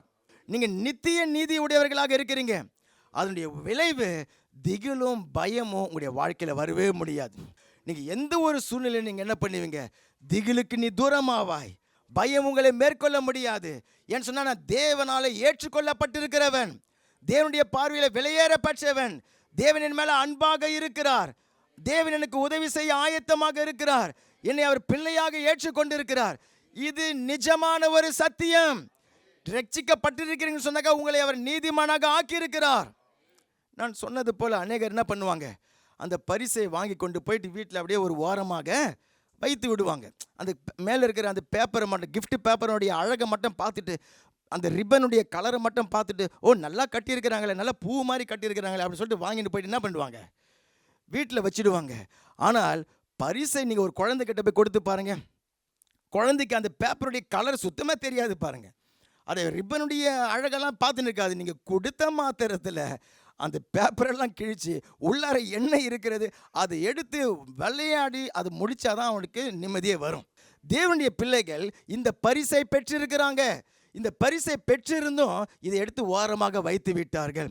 அதனால தான் அவங்க சொல்கிறாங்க, தேவனுடைய பிள்ளைகள் நீதிமான்களாக ஆக்கப்பட்டிருக்கிறாங்க. நான் ஜெபித்தா தேவன் கேட்பாரா, நான் போன வாரம் இந்த காரியத்தை செஞ்சிட்டேன், இங்கே ஒரு கோபப்பட்டுட்டேன், இப்படி ஒரு எரிச்சலாக நான் பேசிட்டேன், இப்போ நான் ஜெபித்தா தேவன் கேட்பாரா அப்படின்னு சொல்கிற சந்தேகம் வந்து விடுகிறது. அங்கே மனத்தடைகள் வந்து விடுகிறது. சிந்தனையில் சாப சிந்தனை அது வந்து விடுகிறது. பாருங்கள், அந்த சாப சிந்தனையிலேருந்து தான் தேவன் நம்மை விடுதலை ஆக்கிட்டார். சாப சிந்தனைன்னு சொன்னால் என்ன அர்த்தம், தீமையை எதிர்பார்க்கிற ஒரு இருதயம் இல்லையா, எனக்கு ஆகாது, எனக்கு நடக்காது, எனக்குனாக்கா அது கிடைக்காது, நான் கை வைத்தா அது வாய்க்காது இல்லையா, இதை பெற்றுக்கொள்ள எனக்கு தகுதி கிடையாது, ஆமீன், தேவன் என் மேலே கோபமாக இருக்கிறார், தேவனுடைய தண்டனையை பெற்றுக்கொள்ள தான் நான் தகுதியார். இதுதான் அந்த சாப சிந்தனை. அதுதான் ஆண்டவர் அந்த நீதிமானாக நம்மை ஆக்கின பொழுது அதை எடுத்து விட்டு ஆசீர்வாத சிந்தனையை நமக்கு கொடுத்து விட்டார். ஆசீர்வாதத்தை எதிர்பார்க்கிற சிந்தையை உங்களுக்கு கொடுத்து விட்டார். நீங்கள் எந்த நிலையில் இருந்தாலும் சரி, எந்த சூழ்நிலையில் இருந்தாலும் சரி, உங்களுடைய ஆவிக்குரிய லெவலில் நீங்கள் எந்த நிவோவில் இருந்தாலும் சரி, நீங்கள் ஆசீர்வாதத்தை எதிர்பார்க்கிற சிந்தையை தேவன் உங்களுக்குள்ளார வைத்து விட்டார். அதுதான் அந்த நீதிமான். எத்தனை பேர் அந்த மாதிரி நீதிமானாக இருக்கிறீங்க? ஒரு 3 மணி நேரம் ஜெபிச்சுட்டு வந்தால் நம்ம எப்படி இருக்குது, நம்மளுக்குள்ளார ஒரு தைரியம் வந்துருச்சு, இப்போ நான் ஜெபிச்சா தேவன் கேட்பார்னு சொல்லிட்டு. அல்லது 2 நாளாக நான் ஜெபிக்கலை, எப்படி வந்துடும், ஒரு கூனி குறுகி போய் நீங்கள் ஜெபிங்க, ஏங்க எனக்கு மனசு கொஞ்சம் கஷ்டமாக இருக்குது. ஏன் இல்லை, நீங்கள் அப்பவும் நீதிமான்களாக இருக்கிறீர்கள். நீதிமானுடைய ஊக்கமான ஜெபத்தை கேட்டு தேவன் அற்புதங்களை செய்கிறார். நீங்கள் வாழ்ந்திருப்பீர்கள், நீங்கள் சுகித்திருப்பீர்கள். ஆசீர்வாதங்களை சுதந்திரித்துக் கொள்ளும்படிக்காகவே தேவன் உங்களை நீதிமான்களாக ஆக்கியிருக்கிறார். கரங்களை உயர்த்தி கர்த்தருக்கு அதற்காக நன்றி சொல்கிறீங்களா? என்னை நீங்கள் நீதிமானாக ஆக்கிட்டீங்க. பாருங்கள், உலகத்தில் நீங்கள் எதை செய்தும் இந்த ஆசீர்வாதத்தை பெற்றுக்கொள்ளவே முடியாது. நீங்கள் எந்த தேவ பக்தியில் இருந்தாலும் சரி, எந்த ஒரு மத நம்பிக்கைகளாக இருந்தாலும் சரி, உங்களுடைய நம்பிக்கைகள் வேறு என்னவாக இருந்தாலும் சரி, நீங்கள் ஒரு காலமும் தேவனுக்கு முன்பாக நீதிமானாக ஆகவே முடியாது. நீதிமான் சொன்ன என்ன அர்த்தம்? தேவனுடைய பார்வையில் நீங்கள் பிறந்ததிலிருந்து சாகிற வரைக்கும் ஒரு தீமை கூட, ஒரு பாவம் கூட, ஒரு தவறு கூட நீங்கள் செய்யாமல் இருந்தால் அவன்தான் நீதிமான் என்று சொல்லி தேவன் அழைக்கிறார். அப்படி யாராவது இருக்கிறீங்களா? பிறந்ததிலிருந்து சாகிற வரைக்கும் உங்களுடைய சிந்தனையினால், உங்களுடைய சொல்லால், உங்களுடைய செயலால் நீங்கள் பாவமே செய்யாதவர்கள் அப்படின்னு சொன்னாக்கா அவர்களை தான் நீதிமான் சொல்லிட்டு வேதம் அழைக்கிறது. ஒரு மனுஷன் நரகத்துக்கு போகிறதுக்கு எத்தனை பாவம் வேணும்? எனக்கு சொல்லுங்கள், ஒரு மனுஷன் நரகத்துக்கு போகிறதுக்கு எத்தனை பாவம் வேண்டும்? ஒரே ஒரு பாவம். நீங்கள் சொன்ன ஒரே ஒரு பொய் போதும், அது உங்களை க்ளீனாக நரகத்தில் கொண்டு போய் சேர்த்து விடும். ஏன்னாக்கா இந்த வானத்தையும் பூமியும் உண்டாக்கி மனுஷர்களையெல்லாம் சிருஷ்டித்த இந்த வேதம் போதிக்கிற ஆண்டவராகிய இயேசு கிறிஸ்து மெய்தேவனாகிய அவர் பரிசுத்தராக இருக்கிறார். அல்லேலூயா. அவருக்கு முன்னாடி எந்த பாவமும் பாவம் தான் பாருங்க. ஆனால் இலவசமாக இன்றைக்கு அவர் உங்களை நீதிமான்களாக ஆக்குகிறார். கரங்களை பலமாய் தட்டலாமா? மூன்றாவது ஒரு பரிசை தேவன் நமக்கு கொடுக்கிறார். என்ன அந்த பரிசு? லூக்கா 2வது அதிகாரம் 11வது வசனத்தில், கிறிஸ்து உங்களுக்காக தாவீதின் ஊரிலே பிறந்திருக்கிறார். பாலகன் பிறந்தாரு, அவருக்குள்ளார குமாரன் கொடுக்கப்பட்டாரு. அந்த குமாரன் யாரு? அவர் தான் கிறிஸ்து. கிறிஸ்துன்னு சொன்ன என்ன அர்த்தம்? அபிஷேகம் பண்ணப்பட்டவர், அவர் கொடுக்கிற அபிஷேகம். ஆமீன். அப்போ எனக்கு அந்த கிறிஸ்து எனக்கு கொடுத்திருக்கிற பரிசு என்ன? பரிசுத்த ஆவியானவரையே உங்களுக்கு கொடுக்கிறார். கர்த்தர் உங்களுக்கு ஒரு பரிசை கொடுத்தார், தம்முடைய ஜீவனையே உங்களுக்கு கொடுத்தார். அதான் நித்திய ஜீவன். இரட்சகர் உங்களுக்கு பரிசை கொடுத்தார், அவருடைய நீதியையே உங்களுக்கு கொடுத்துட்டார். அதான் தேவ நீதி, நீதிமான். இப்போ மூன்றாவது, கிறிஸ்து உங்களுக்கு ஒரு பரிசை கொடுக்கிறார், தம்முடைய ஆவியையே உங்களுக்கு கொடுக்கிறார். அதுதான் பரிசுத்த ஆவியானவர். தம்முடைய ஜீவனையே உங்களுக்கு பரிசாக கொடுத்தார், தம்முடைய நீதியையே உங்களுக்கு பரிசாக கொடுத்தார், தம்முடைய ஆவியையே உங்களுக்கு அவர் பரிசாக கொடுக்கிறார். அப்போஸ்தலர் 2வது அதிகாரம் 38வது வசனத்தை வாசிக்கும் பொழுது, பேதுரு அவர்களை நோக்கி, நீங்கள் மனம் திரும்பி ஒவ்வொருவரும் பாவ மன்னிப்புக்கென்று இயேசு கிறிஸ்துவின் நாமத்தினாலே ஞானஸ்நானம் பெற்றுக்கொள்ளுங்கள், அப்பொழுது பரிசுத்த ஆவியின் வரத்தை பெற்றுக்கொள்வீர்கள். அங்க வரக்கூடிய அந்த வார்த்தையும் பரிசு, பரிசுத்த ஆவியானவராகிய பரிசை நீங்கள் பெற்றுக்கொள்வீர்கள். இந்த பரிசுத்த ஆவியானவர் யாரு அப்படின்னு சொன்னாக்கா, திருத்துவத்தினுடைய மூன்றாவது நபர். அவர் மெய்யான தேவன், நாம் ஆராதிக்கிற தேவன். இந்த பைபிள் போதிக்கிற கர்த்தர் மூவராக இருக்கிறார், அந்த மூவரும் ஒருவராக இருக்கிறார். தன்னை 3 நபராக வெளிப்படுத்துகிறார், ஆனால் ஒரே தேவன். அந்த மூன்றாவது நபர் தான் பரிசுத்த ஆவியாகிய தேவன்.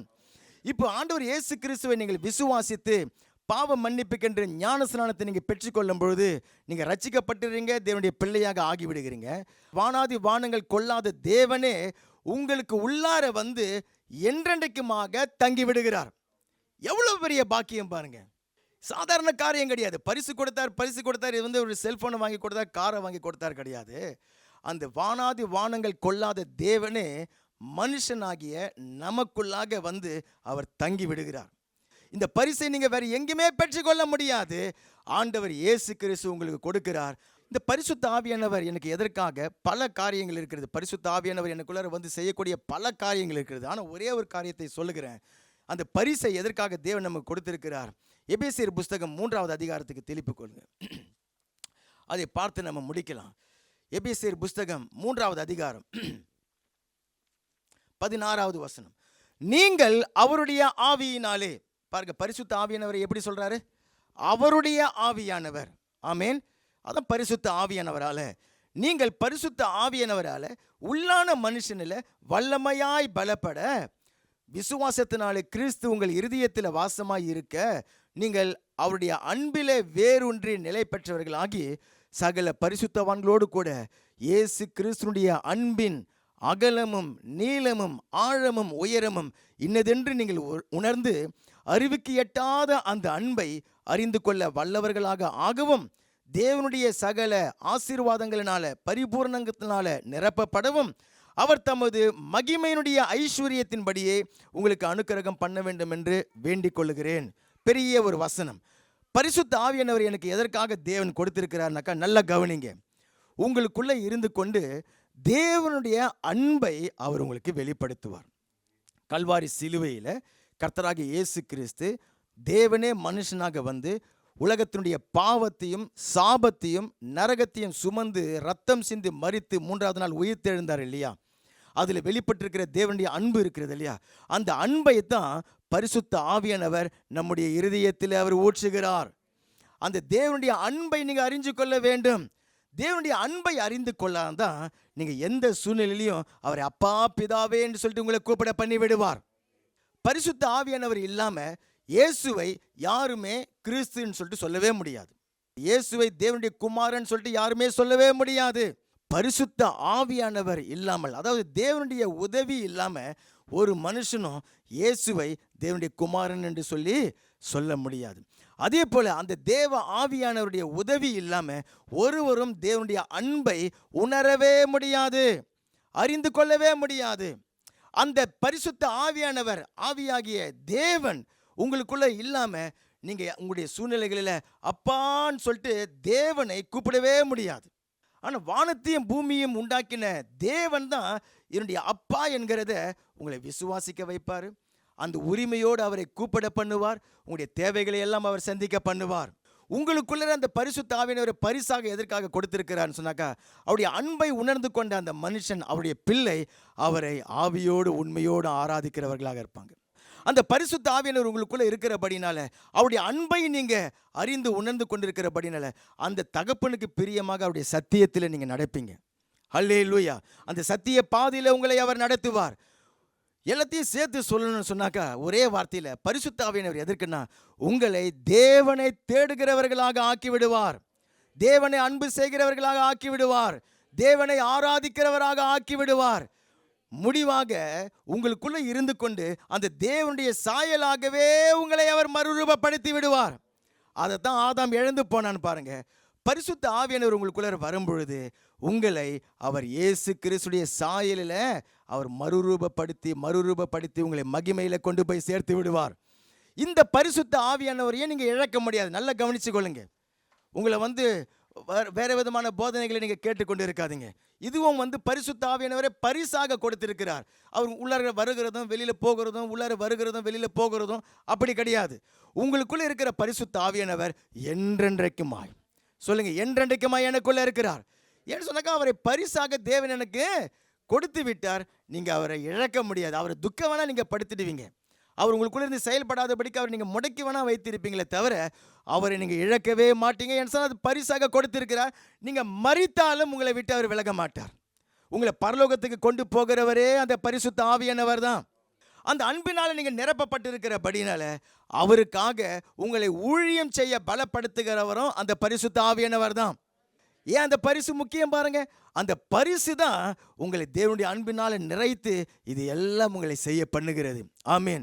எல்லோருமாய் நாம் எழுந்து நிற்கலாம். நமக்காக ஒரு பாலகன் பிறந்தார், நமக்கு ஒரு குமாரன் கொடுக்கப்பட்டார். இன்றைக்கு கர்த்தராகிய கிறிஸ்து என்னும் இரட்சகர் உங்களுக்காக அவர் பிறந்திருக்கிறார். அந்த 3 பெயர்களும் தேவன் நமக்கு கொடுக்கிற 3 பரிசுகளை நமக்கு தெரியப்படுத்துகிறது.